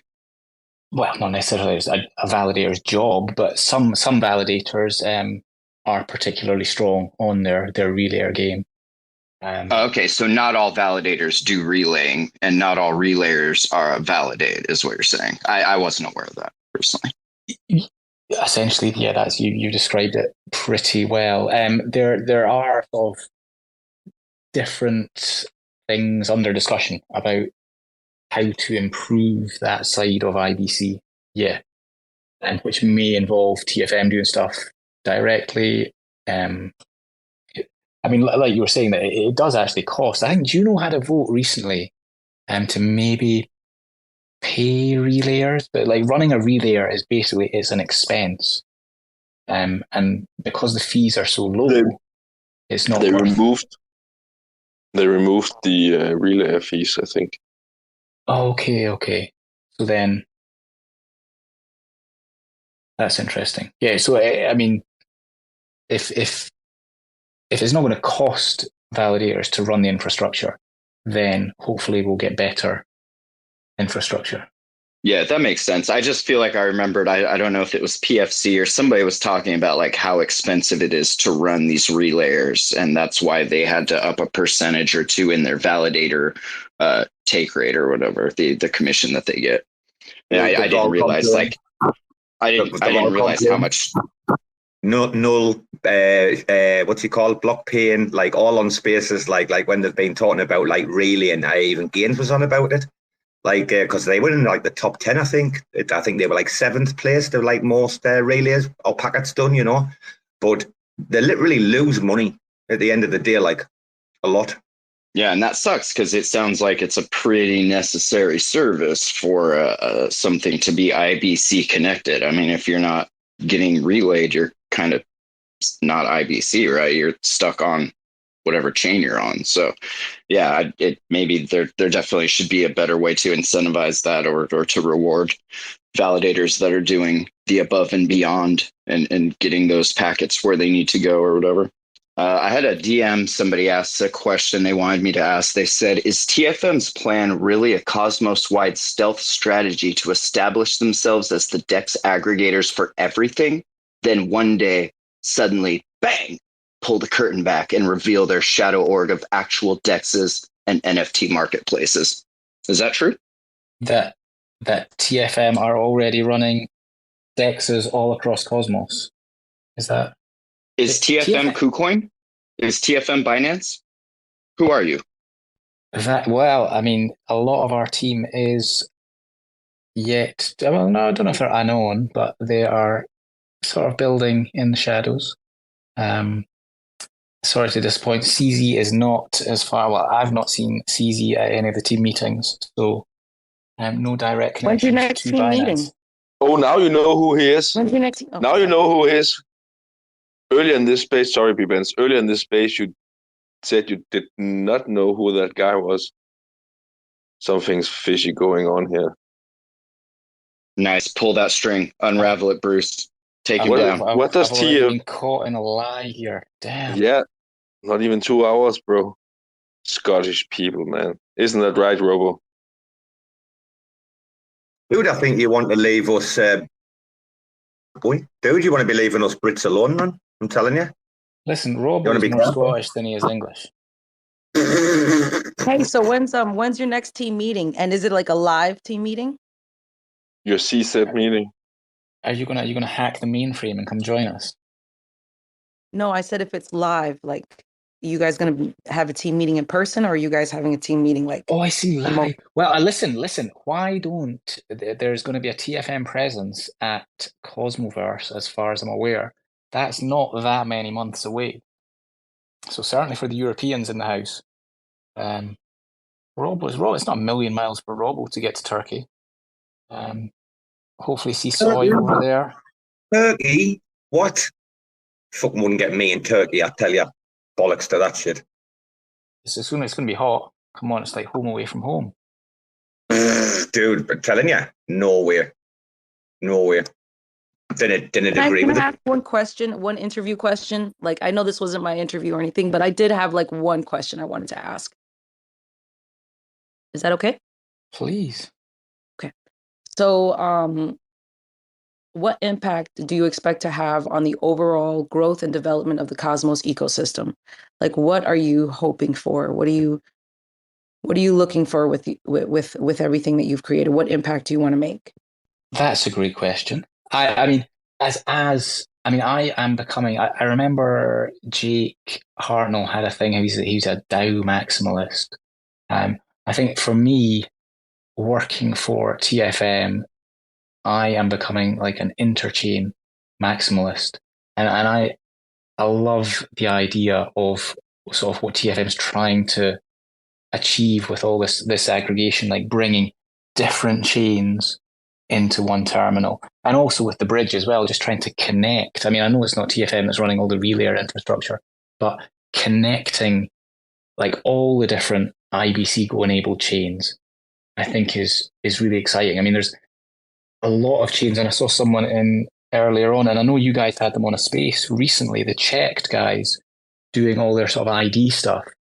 I think that the more connected that chains are, the easier it's going to be for, I don't want to say, maybe newer chains. The easier it'll be for newer chains, the easier it'll be for chains that maybe don't have a huge marketing department to sort of get more of the limelight. The more connected things are, when people say, "Oh, connected to Osmosis," oh, what's this chain? I'll find out about it. I mean, at the moment, I think it's something like 85 fully connected chains, and then there's even more chains on top of that don't have relayers because they're sort of still under development. And then there's even sort of all the other app chains that are still getting built. So just playing a part in getting the IBC more connected would be a dream come true for me, and definitely something that TFM are playing a big part in. Awesome, thank you. I was just curious. One day, I want to have my one little question out there. That was quite a big question, but did that sort of answer? Yes, absolutely. Yeah. I just wanted to hear from you. I don't have any, like, I feel like sometimes when you ask somebody a question and they give you the answer, it doesn't really always need a commentary. You just need to hear what that other person is trying to communicate, you know? Yeah. So I mean, sort of, again, speaking personally, rather than being just sort of in one ecosystem, I think like early 2022 or so late 2021, early 2022, a lot of us were kind of predominantly in one ecosystem, wherever that was. I would say that's my contention anyway. But nowadays in 2023, the majority of us are across tons of different ecosystems. So being involved with this sort of cross-chain narrative, interchain narrative, interchain. I mean, we're all sort of interchain maxis at the moment, which I think is great. Back to you, Bruce. Thank you, Bbandz. So I know you're not like the dev, you're not doing the coding, Rebel, but when we're talking bridges, right? The whole technology with bridges and the whole concept. And then when we're talking IBC bridges, the security aspect is like two completely different things, right? Yes. So how do you maintain a high level security even though it's IBC, right? And how has that make the dev teams the team's efforts easier? The fact that it's IBC. Good question. The best person to speak to this would probably be our CTO, to discuss the sort of the technicalities of this, but hopefully I'm not going to get things too muddled up. But like you said, it's not like a bridge from Ethereum to Cosmos, or I don't know, Ethereum to Arbitrum or whatever. We don't take custody of anyone's funds, as far as I'm aware. So therefore, it's just IBC transactions. The transactions either succeed or they don't. And if they don't succeed, then their funds are going to still be in the user's wallet. There was actually a strange one recently, which occasionally happens if there's an issue with the relayer. The funds can leave your wallet, and then they kind of get stuck on a relayer. And then after about 24 hours, the transaction just reverts, and the funds then go back to the originating wallet. But again, as with sort of anything, when you're sending money to a different wallet, you might want to do like a smaller amount first, just to check that it's actually going to the right place. And once you're happy and confident that you're sending it to the right place, you can send the rest of your bags. Just a little TX 101 with Rebel DeFi. Thank you for that answer, man. Yeah, because you guys aren't, I mean, like you said, there's no custody happening. You guys are basically doing anything someone with CLI knowledge would be able to do just by inputting a bunch of commands and whatnot, I would imagine. Obviously, I'm not dev, but from what it sounds like, it's just doing what IBC does. You guys just have this handy interface that automates a lot of that stuff. I mean, we put out a thread within the last 24 hours, maybe, just talking about how to, and other people have been talking about this recently as well, but like just setting up manual transfers across chain in with your Kepler wallet. So yeah, people can go that way. And it is quite nice being able to sort of work out how these, I mean, not necessarily fully technically how the transfers are working, but just to see that, okay, if I type in, I want to go to that chain, I just type in that channel number. Okay, I can transfer these tokens. And it kind of, it works. It's a little bit scary the first few times you do it, just sort of direct in Kepler. But then, so yeah, TFM abstracts even that sort of level of complexity away and just allows people just to sort of choose what chains they want to transfer tokens between, select a token, type in the number, and then go for it. Right, I got a few just real quick. I want you just first off the top of your head answer. Ready? Go for it. Favorite ecosystem? Am I talking for TFM or talking for you? Favorite ecosystem, Cosmos? For you, personally. In the Cosmos, favorite ecosystem? Favorite ecosystem in the Cosmos, I've got a few. I'm getting more interested in Stargaze for the NFTs, Terra for the old school vibes, Juno for the community. That's how I got involved with these RAC clowns. There's tons of ecosystems. I mentioned Checked before. I love what they're building. Okay, so favorite ecosystem. You're dodging the question. Favorite ecosystem. Terra? Okay. Favorite NFT collection. CollectiPunks. Nice. Favorite food. Hobnobs. Favorite color. Blue. Favorite mobile device, OS. iOS. Oh, God, you're killing me. All right, no further questions. I heard you are not into CollectiPunks. So I don't know if you're just doing that because to rebel against Chubby, but man, come on. I have toads and I have SPs. I had a Galactic Punk once for 8 minutes. I won it from an auction. It was an Angel Protocol one, and then I flipped it immediately to the Angel dude for double what I paid for it. It took 8 minutes, and I was like, well, there goes my punk. And then I just never bought another one. That'll be... One day I'll have. When I can stake them and get B Luna, then I'll buy one. Or 20. Absolutely. In fact, it was Romy. I think it was Romy that had the issue about sending tokens. I think you were trying to send stuff to Injective or from Injective. Is that right? Romy's in the audience. Does that ring a bell? I'm pretty sure it was Romy that was having the issue yesterday. But he got his tokens back, so it's all good. Nice. What's your favorite wallet? That's an interesting one. I'm going to start looking into Leap more again. I'm getting some good recommendations about that. He feels embarrassed to say Kepler, but he wants to say Kepler. No. He wants to say Station. Listen, I have so much. I want to say Station, but I can't say Station at the moment. Station will get better. I'm absolutely convinced of that. I think the more you use Kepler, the more you think it's not that bad. I did meet Josh Lee in Hong Kong Web3 Festival, and he showed me some new Kepler stuff, and it looks very good. I think it looks when it comes out, you might think this seems quite a lot like Station. It's been a long time coming, but a redesigned Kepler UI UX is going to be pretty cool, I think. Will it still cause your phone to want to catch fire when you use it on mobile with something like DAO? That's interesting. I have noticed. That's the weird thing. I'm not really a mobile guy. I think it's maybe my age, except I think you and I are probably about the same age, and you've chosen the mobile route. Maybe you just want to hang with the kids. Only when I have to. Only when I have to. Trust me, it's not my preference. Okay, especially when my phone feels like it's a fucking hand warmer. But I have noticed. But like sometimes the phone gets super hot. And Station there is no mobile version at the moment. Is that?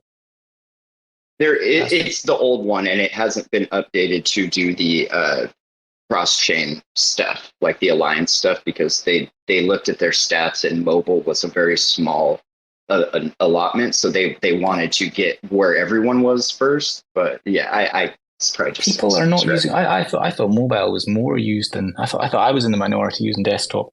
I know Dizzle, he is in the space just now. He's a big fan of Leap. I don't know if that's Leap Mobile as well. I'm pretty convinced that I use Leap a bit on my mobile, and I'm pretty convinced it's the best mobile choice at the moment. Oh, wow. Okay, thumbs up from Dizzle as well. So it's 2 votes. I definitely held off because I know I never used them in Terra. It just was like Station did everything I needed it to, and I wasn't about like wanting to put my seed on other things, just me being me. And then Bbandz was like, man, you really got to try this Leap thing. And I was having some issues with Kepler, like wanting to set my phone on fire. So I was like, cool, I'll check it out. And after I tried it, I immediately like put all of my wallets into it. And now like I love it. Like it works so good. And it's got like their whole Dash UI setup. Like they've done a really nice thing with Leapboard and everything. So I'm a convert for sure. But Station's where I live, you know. Have any of you guys tried the wallet called Frontier? Nope. Is that an osmosis thing? No, it covers like I think 60 chains, like ETH, everything from ETH to Juno. Okay, so like a trust wallet. Interesting. I have not messed with it. The next one I want to play with is Sonar, just because I really like what Kuji builds. So that'll probably be the next one on my list to play around with. Finn, would you use a wallet if the casino was implemented? Okay, why can't I speak? Implemented inside of the wallet. Ooh, that's a good question. Yes and no. I would, and then I'd be like, this is too dangerous for me, and then I would stop. But I have heard Cosmos Station does that, but I just never, like I said, I don't like putting my seed phrases in too many things. So I just I think I don't think I made myself clear. So a mobile wallet, just like Leap, right? Where the casino, the RAC casino, for example, is implemented inside as a D app inside of the wallet. Well, yeah, so Bruce, have you been drinking today? Pay attention. I said I use Leap now. So if it's in Leap, yes, obviously I'll be using it. Okay. Bruce. I don't drink, by the way. I just eat food, never liquid. The first step is admitting that you have a problem. So let's cross that threshold, and we'll see what we can do. I do have a problem. I am the CFO of Terra Spaces. And there's no money. Got 99 problems. Being a CFO ain't one. Oh, Lord. So that's everyone's So, challenge thank for you. today. Oh, sorry. It's cutting over. No, I'm just going to thank my fellow co-hosts, you know. Always a classic show when Bruce is on the mushrooms. Dude, you've seen a lot of shit lately in the last few days. I mean, we're going to be winding out a little bit, but you got any comments on all of the drama that we've been witnessing over the last week or so? I try not to get too involved. I like watching Don's videos. I always find them entertaining. How he tells us to absolutely destroy like button. Definite entertainment value in Don's videos, and it's interesting the stuff that is being brought to light. I saw RAC FM had put a tweet out within the last 24 hours. I don't know if it's up in the nest. What tweet is he referring to, Bruce? I have no idea. I'm not the one tweeting from RAC FM account. You guys, I don't tweet. I just want to make bombs. like an announcement. I don't tweet from the RAC FM account. I don't think Bruce does either, right? Nope. Bullshit. Bruce tweets from there all the time. You can tell it's Bruce. What the fuck you talking about? Bruce, you know. Which one is he talking about from last night, like? I don't know. It's not me, man. The last tweet I made from the RAC FM account was the one with the underpants. It wasn't that one. But basically, everyone in here should be following RAC FM for the giggles and the information.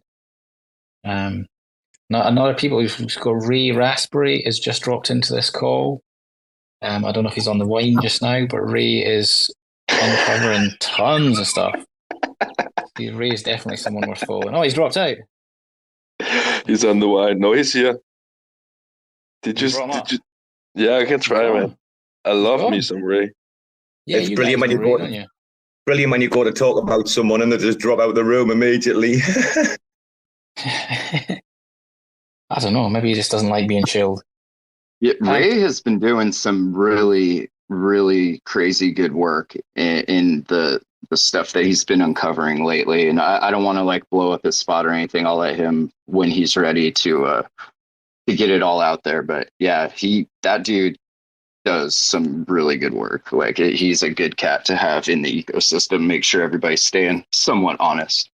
Yeah, that's an absolute fair point. I mean, there's so much stuff is on chain. It's good to have people, even though it's information's allegedly available to us, it still does require people to sort of decode it for the normies. So yeah, Ray is a good guy to have about. And just keeping projects, individuals honest. That's Integrity News for you. Coming soon. Finn, you see me shilling your NFT collaboration, the Finn Beedo collection. Coming soon. You're my favorite shiller because I'm not going to shill it. I hate shilling myself, so I'm glad I have a good team of people here to back me up when we make things that are worth shilling. So, in those last two Bbandz drops, probably my two favorite songs I've ever written. So, we got two more coming down the pipeline, and this mint is going to be awesome. People have been waiting for rec clips. This first mint, 4 songs, the first EP intermixed with rec clips and art as one massive multi-chain mint. Oh, can't wait. And multi-chain mint. So where is it going to be minting? So we're going to copy paste the collection across all the chains and just let people mint them wherever the fuck they want. Ideally, the ARC stuff will be ready, but I don't think it'll be ready by then. And I want to get this first EP out. So the next one, we'll try to use an actual cross-chain minter. Man, I'm kidding. We're not going to copy paste it across all the chains. But yeah, this collection will be fun. Well, I was about to say, though, you could use Minto if you wanted, couldn't you? Yeah? Yeah, they're up. They had a space yesterday with a bunch of Polygon projects that's up on Terra Spaces, if anyone's curious. But yeah, Minto, they're another one from the Terra pre-crash that they were starting to get kicked off. And I think they did one mint and then the crash happened. So yeah, they're building some cool stuff though, for sure. Well, I think because I pretty much can guarantee you you're going to sell out straight away if there's only 10 pieces, right? But like for all the help and et cetera, that they've given like us or showed us, and with them like with your single, etc. Maybe Omniflix would be a good bet, like to say like, okay, thank you, we're going to like release the first one, because it's so easy over there, Finn. Honestly, it's you wouldn't believe, like 10 times easier than Stargaze. Is Ray Raspberry up here, or am I tripping? He is. Just before Ray comes up and talks about something super profound, I just want to chime in on that as well. Omniflix, it seems such a different sort of ecosystem to Stargaze. Not to say it's in any way better, but it's just different. It seems to attract different artists, and I think it would be a really good fit for Finn. They you know what I've been saying this for ages. They complement each other really well, in my opinion. You're not going to get the 10,000K collections and stuff dropping on there, but you are going to get like people like us trying to do like podcasters NFTs and stuff. I mean, it's more media focused. It's definitely more media centric, and that just speaks to like their past and their history of where they came from before this. Like, they're media people, and you can see that in what they're building. And as a fellow media cat, like, I appreciate that, and I think it is a really cool platform, and definitely on the top 3 shortlist, I would say, of places we're going to mint stuff. Well, of course. I mean, theoretically, if you wanted to, I mean, Mint DAO is a great idea, by the way, because you've got Binance and everything over there, right? Polygon, the lot, yeah. That would probably go down really well. But what you got Omniflix, Stargaze, and Talus, right? Because you've got a bit of an affinity with Talus, yeah? Oh yeah, I put all my photography on Talus, and all of the NFTs me and my kiddo make, we put those up on Talus just because it's super easy, and I'd love Terra Talus. I don't know if we would do like the EVM stuff, because we don't really have communities over there, right? Like, we have the REC gang that we're part of, but we don't really build in those communities. So I would like to keep it Cosmos centric, just because that's where my love is. So yeah, it'll be somewhere like that. Omniflix, Talus. Maybe even Necropolis. Who knows? Only time will tell. Ray, yeah. How you doing, Ray? Good to have Ray up here. I'm doing good. How many bottles of wine are we into tonight, Ray? It's daytime here. I'm in my first cup of coffee. I think I'm in my first bottle of wine. Yeah. Well, GM sir, do you have anything? I didn't want to break any news or blow up any spots. I wanted to leave you to do that, since it's your good work. But is there anything you want to bring up on this space while we're having a chat, or you want to save any info for its own space? What are you up to, man? Well, the guys in the know what's been going on. We can talk about that revelation. I wanted to start with some positive news that should be really exciting for the Cosmos. So there's a company that's out of Colombia, I believe, or Argentina. I think it's Colombia, called Bitso, Bitso. If you're south of the United States, all the way down to Argentina and Brazil, Argentina for sure, Bitso is basically it's doing what you wish you could happen in the United States. That what was the name of the Terra project that was doing a debit card? But basically, you can tie your crypto holdings straight to a debit card, and you can pay with Bitcoin or USDC. But they just added Atom natively, which is their first, as far as I'm aware, is their first offering off of Ethereum. So you'll be able to use, if you're in Latin America, you can use Bitso to pay with Atom now at like the gas station or convenience stores or anything. So I think that should be huge for the ecosystem. And then if we had an address in one of these countries, we could literally register with Bitso and get a card. Yeah, and they've got a virtual card that cycles all the time, so you can use it. You don't have to use the physical card, but my physical card just showed up. I've been playing around with that. But they've been fantastic, and they pay interest on deposits, and you get Bitcoin cash back for all your purchases. Whoa, so you've got a Bitso card? Yeah, I was showing it around to people at Cosmoverse in Colombia. So you can put your money in, I think you can do Argentinian pesos, Colombian pesos, or Mexican pesos. So sorry, without doxing yourself, I thought you were in the States. No, I'm in Mexico. Oh. I'm a neighbor to Nacho Don from Terra. You guys have pool parties and stuff together? I don't think we get along that well. He is an abrasive fella. He's a good cat, I think, but yeah, he has his moments for sure. Yeah, that's really cool. That reminds me of Voyager almost, or Kato. I don't know if Kato had a card, but I know Voyager was going down that route a bit. I can't remember the name of the project. Started with Out, right? Out something. Was it Alice? Outlet. Alice? Outlet. Oh, Outlet. Yeah. Okay.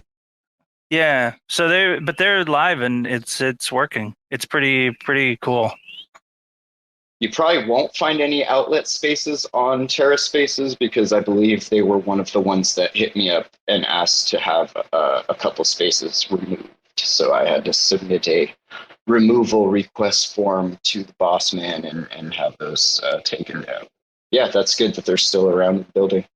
But since we've got they're not, yeah. But since we've got the Luna crowd here, I wanted to say we just uncovered it a while ago. So luckily for Terra 2, Risk Harbor returned about 5.6 million Luna. It's 5.4 million. They'd sold a little bit, but we got it back due to some crafty negotiations from TFM. That was community pool money that was sent to them. I've been drinking. We'll take the credit, but yeah, TFL. Yeah, TFL. Why did I say TFM? Sorry.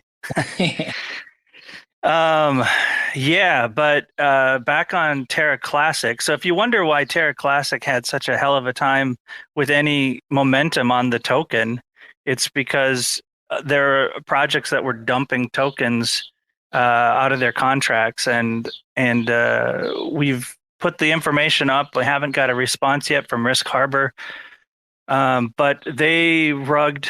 We won't call it rugged, right? Because it's a recorded space, but they've off-chained 200 million USTC, and at a value of about $7 million worth last July and August, and sold that. Or it disappeared on Binance and never came back, as far as I can tell.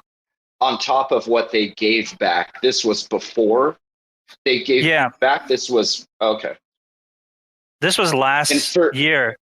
Okay, and for people that don't know, real quick, can you just a quick overview, real couple sentences on what Risk Harbor was or is? So Risk Harbor was supposed to be the insurance risk protocol for Terra Classic for UST. If there was a UST depeg, Risk Harbor, by underwriting the UST token, would pay out for people who put in deposits into Risk Harbor, basically buying insurance against the UST depeg. Right. If you used Anchor back then during the pre-depeg, there was a little button that said insurance, or I forget what it said actually, but it was something like insurance. And if you hit that, that's where it would take you, and you could insure your UST holdings in Anchor. Yep. And so so that was underwritten by 1 billion UST when it was $1 to $1 UST from community pool money on Terra Classic. And that was community pool money. That was the drama with Lee Jimmy and Chauncey and the Ozone project, because basically Ozone was the insurance program that was started by Terra TFL, and then Risk Harbor was a third party that took over that insurance program and was backed by the community pool funds. And at some point in the spring, I think it was March or April, there was a request to top up the insurance pool to a special contract that was supposed to be managed by this multi-sig. And one of the things that happened when that contract was instantiated, was when it was put on chain live by Risk Harbor, is they added an access permission for themselves. So even though the administrator of the contract was the multisig, there was also a special permission granted to Risk Harbor's wallet. And then in July, they started doing withdrawals of, I think it was like $17,000 worth first, and then $75,000. And then after those two went through, a week or two later, they started doing $2 million worth of USTC withdrawals and sending those off to Bbandz. So they've just made an announcement saying, hey, we've returned the community pool money on Terra 2, which they had taken control of, and they'll be sending out an announcement that they're leaving the ecosystem of Terra. And there's no mention of this 200 million USTC from the community pool that was disappeared, or what happened to that at all. And so can you real quick go into what you noticed while you were poking around in there? There was like some odd transactions and whatnot happening. Can you go into that real quick? Yeah, so we talked about this a little bit because this came to light that they had started on Terra 2 in March or April of this year. They'd done a couple of $100,000 or 100,000 Luna transactions where they withdrew them off chain to Binance as well. And that got called out by the community, and they said, oh, we're doing a new stablecoin pool. Don't worry about it. And so some of us started digging into that and found that it didn't make any sense, like what was going on. There was no demand. There's nobody using Risk Harbor.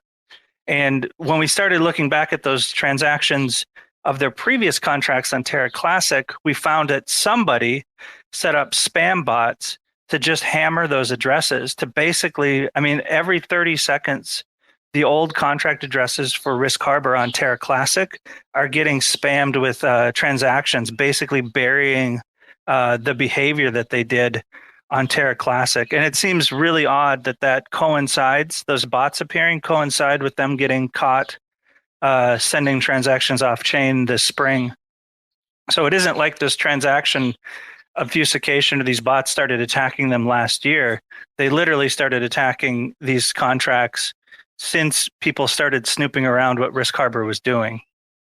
And that's not just like, oh, here's like some happenstance. That was like, let's try to, and I obviously nobody knows the intent, but it seems like that's like, let's try to just flood this with transactions so that it's hard to like make those connections.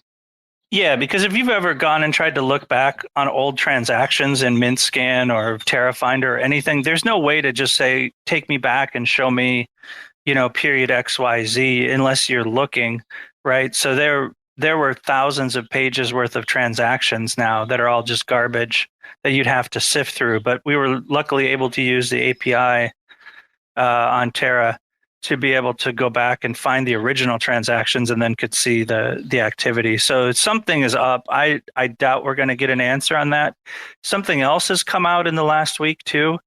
So I did a lot of digging into the Risk Harbor team, and I'm comfortable on saying this unless they want to somehow refute this, but I think I have enough evidence now.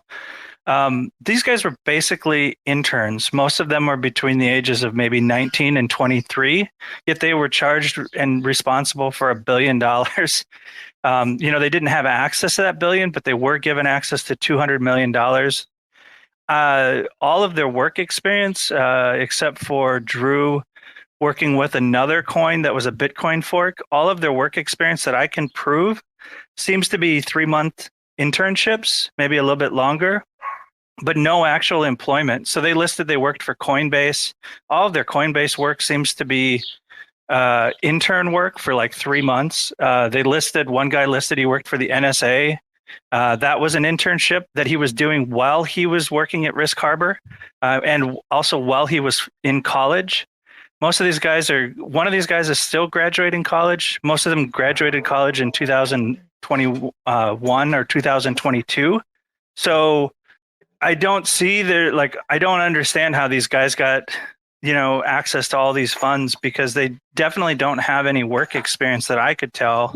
or any projects they worked on before this. One guy who was the head of research, I'd love to hear his side of the story. His name was Max.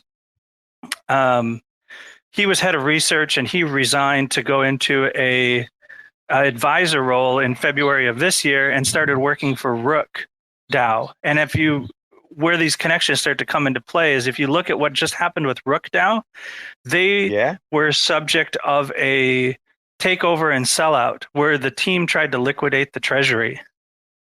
Yeah, I just tweeted about it. It happened about 10 days, 2 weeks ago or something? Yep. And these guys there's a link between Risk Harbor. So, that was part of some DAO hostile takeover thing. So I'm curious, and this is speculation, I'm curious as if those funds didn't get used to start buying up DAO tokens and liquidating treasuries or something. Fucking hell. That will be fucking mad, that shit, wouldn't it? And so think about what he's saying. This is the group that was there to insure your bags. Like, correct. This is the insurance company. That right there just blows my mind, because like if you can't have legit insurance and offer that, like, what the fuck? Like, you're supposed to be there protecting and being there when people need you, not dumping fucking bags on them even more. Like that to me is just appalling. Yeah, it's I would encourage you go to, I think it's riskharbor.io, and then go to the about page about the team. A lot of those guys I couldn't find any information on. But if you look at their LinkedIns there, if you look at the profiles they give, they list like Coinbase, Coinify or Coinly or some. They list a Shopify, sorry, and a bunch of other companies as places they've worked. One guy lists the White House, which is an internship. But then if you look at their LinkedIn, it's all internships. It's not actual employment, like in the sense of like they were hired as a professional. So at the NSA, I laughed when you said the NSA. Yeah, it's really weird, like how these guys got cleared and put in. They raised, I think it was $3 million from Pantera Capital and a few other places. So on top of this money, they got $3 million out of that too, I guess. Rogues everywhere, right? Cash grabs everywhere. Yeah, gotta be safe out there. And I mean, it's huge that we have people like Ray and like Rebel, like MB, Sheldon. I mean, everybody that like comes together to kind of like point this stuff out. And obviously we need more of that. And we need people going through transactions like that when shit seems off, instead of just being like, oh, shrug, whatever, like look into some shit. It's all there, it's all right there.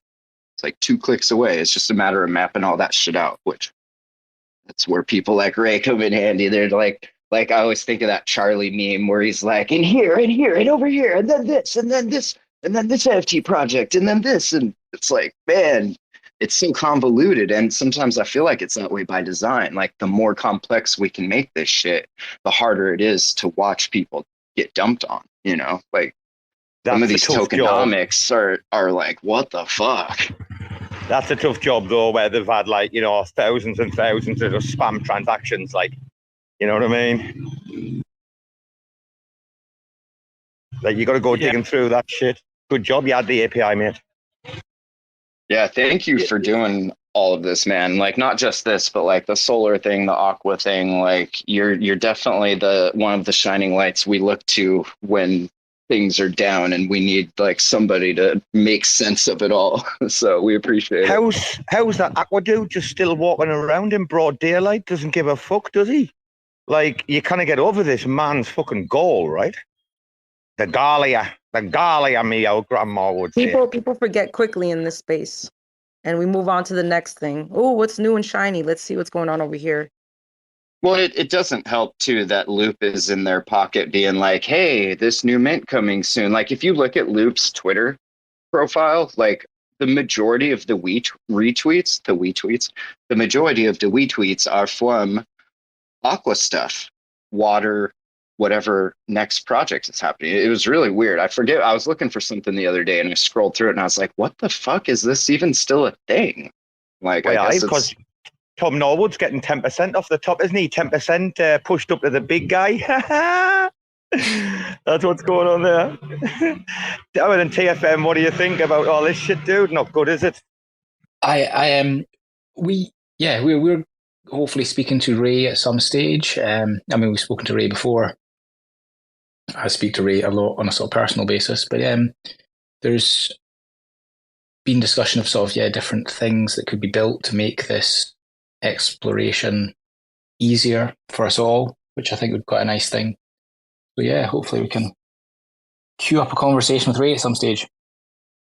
You see why many people don't go and analyze, like, I mean, Ray said he's got the API. If plebs kind of get hold of it, because you kind of get the API for like MintScan, right? That's what Null was kicking off about. I think version 2, though, they're going to do something other. Going to do a paid version maybe or something. You can get it, but it's out of date. It's like it's not updated frequently. So if people make moves, you won't know they made moves until the moves are already done. Sometimes stuff is like days old or weeks old. So it just depends. There isn't a lot of good indexing going on. I know Junos and Reese are working to change that, at least for Juno, so we can get that data more rapidly. So there actually can be some monitoring of behaviors, but it does take a lot of processing power to do it. I would like to start seeing a lot of this stuff automated. That's why we have computers. So that would be helpful. Oh, dude, anyone that's ever had to go back on MintScan and try and find, like, searching for something, you're like, oh, fuck my life. Right, how are then, Finn? What time is it? Like, look, lads, I've come out for a bit of a walk. Finn, we're coming up to the time, matey. Give us the order that you always give us, like, every week. Brucey can spin up an unrecorded one on the account if he wants. How you gone, Brucey? Oh, yeah, there's a Omniflix space happening right now. I think episode 53 if they're in the studio. And then at 10 a.m., that will be in 2 hours, 40 minutes. There is the Terra NFTs 1 year later space with Rec Gang and a bunch of Terra NFT projects. We got a group chat that we reached out to a bunch of different NFT projects that were around pre-crash and kind of seeing where they're at now, what they're doing, where they're building, if they're still building. Obviously, the ones that aren't didn't get back to us, but it should be a fun chat. It's Rec Gang's always a good time, and we got a lot of fan favorites, I think, that you'll recognize from the Terra NFT game. And then that's about all I got on my schedule. I've been trying to keep it light this week because my mom's here and she's leaving today, so I'll get my room back and everything. But yeah, and then tomorrow, Caliber Capital doing something at 8 a.m. Pacific time. Caliber Capital, they've been doing some stuff. That's Mr. Mohawk and the Skeleton Punks, and he's with Lion Dow, and they do a lot of spaces and shit like that. So yeah, could be a fun rest of the week. Top shilling, matey. Top shilling, eh? Yeah. Top shilling, sir. Thanks very much for the invite, guys. It's been a pleasure talking a little bit about what TFM is up to. That'll be everyone's homework over the weekend. If you want to go and try something out on TFM, maybe an IBC transfer, or maybe purchase an NFT, let us know how you get on. Ooh, I got one better for you. Here's your homework. Try to break something on TFM. Let's do some bug hunts. There we go. TFM.com. Thank you, Rebel. Always a pleasure. Ray, thank you. Bruce, end the show, please. I got to say thanks, though, to RAC, too, for giving us a platform to get this information out there. That's been super helpful to get people looking at stuff and talking. Always a pleasure, never a chore. Right, Ray? I want you all to know that. Hey, we always say arbitrators of truth, right? Ray, when I see your PFP or when I see you in a space, I literally feel like and don't get a big head, but I feel like there's this knight in shining armor, like just kind of like sitting there, and he's like on a horse, and he's got that big thing, the javelin stick, and he's about to fucking fuck somebody up, and I get all like come on, I'm not going to take that away from Jacob. Oh no, that's White Knight. She said Shining Knight. Yeah, there's a difference. No. Well, I would like to personally thank Rebel. Been speaking to him for a while, and more importantly, I've been kind of just sitting watching, going, Jesus, these guys. Because you know why? Like, you got people like Bbandz and that, right? Like, quite a few people who just constantly going on about your products. Like, every day I'm hearing, like, TFM this, TFM that, you know? So, yeah, dude, really good to have you on the show, and you know how we roll. Bit of a different style, you know what I mean? We bounce. And you've been a great guest, mate, yeah? Great accompaniment. Thanks for your time, guys. And hopefully next time I'm in Thailand, we will actually meet up. Maybe you can take me to see the real Wheelchair Mafia. Yes, mate. I've got to take you for some proper food, though, mate. I bet you've only had pleb Thai food, man. I bet you haven't had the real stuff, man. Robo knows where the real shit's hid. You got to go dark, bro. Sounds good. That street food is good stuff, man. Oh, this trolley's just rolled down the bank and into this fella's car. Oh, that's not good. Fucking hell. There's always something going on outside this supermarket, you know. Woman fell off a bike the other day. She was filling her bike up with loads of shit and she fell off, and I was like talking to these on the stairs or something. So let's end it here, Robo. Yes, my friend, let's go. I need to go in the shop. It's been a wonderful show, guys. Take care. Love yous all, and we'll speak soon, yeah? See you later, Bbandz, Brucey, Ray. Thank you, everybody, for coming. Rebel. And thank you to all the listeners, man. This wouldn't be possible without any of you guys. Love you all to bits. Chads in this room, man. Absolute chads.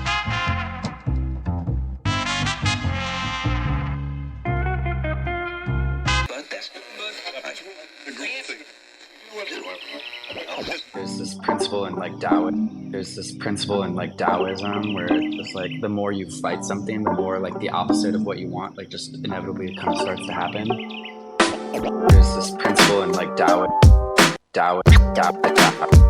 Taoism where it's like the more you fight something, the more like the opposite of what you want, inevitably it kind of starts to happen. Chirping on the Bird app, listening to nerds flap, wondering why the fuck my timeline's so cursed. It's like everybody's holding heavy bags in Web3. That's why they can't fly, they just drowning in the bird bath, fishing for some dry powder. Watch how we ignite the tower, blowing up their bank accounts, forgetting how to fight the power. Y'all don't even realize how deep this shit goes. They preaching open source, but don't listen to the code, and now it's mutiny, community, uprise. There's no more humility, futility, plus size. Motherfuckers leaking from the wrench down to the bare metal. Which side the line you bleeding out on when the dust settles? Motherfucking west side shit, needle and noose. Sticking with my armory, and Beto and Bruce. Reppin' psychedelic artistry, believing the truth. Like these motherfuckers even need a reason to sue? GM fam. Really worth all the effort? Is it really worth all the fighting? Is it really worth all the drama? And the answer, I think, is a clear no. They started using Zoom, now we finna zoom out. Teaching all these plebiscites what this game's really all about. Little baby bitches when they choose to have fits. All you're left with is kibble when you lose all them bits. And that kibble's just sawdust, the shit is all rust. Not a great look, you're what we call all nuts. And I for one did not see that coming. Cracking open books, yo, that's a lot of money. Meanwhile over here rewiring features. More critical thinking, less knee-jerk. More evolution, less shitcoin preachers pretending to be teachers. Y'all just predatory leeches. I mean, please, just look at the track record. A bunch of VC rap fucks sucking up the cheddar. The recipe is 2 steps, rinse and repeat. Now we all in your butts and we bring in receipts. GM fam, have a seat. If you're listening to this, my plea to you would be like, don't have to take a side on it. Just say like, is it really worth this war of attrition? It might cost us a lot more than what can be gained by like fighting this to the bitter end. And sometimes it's better to just like move on.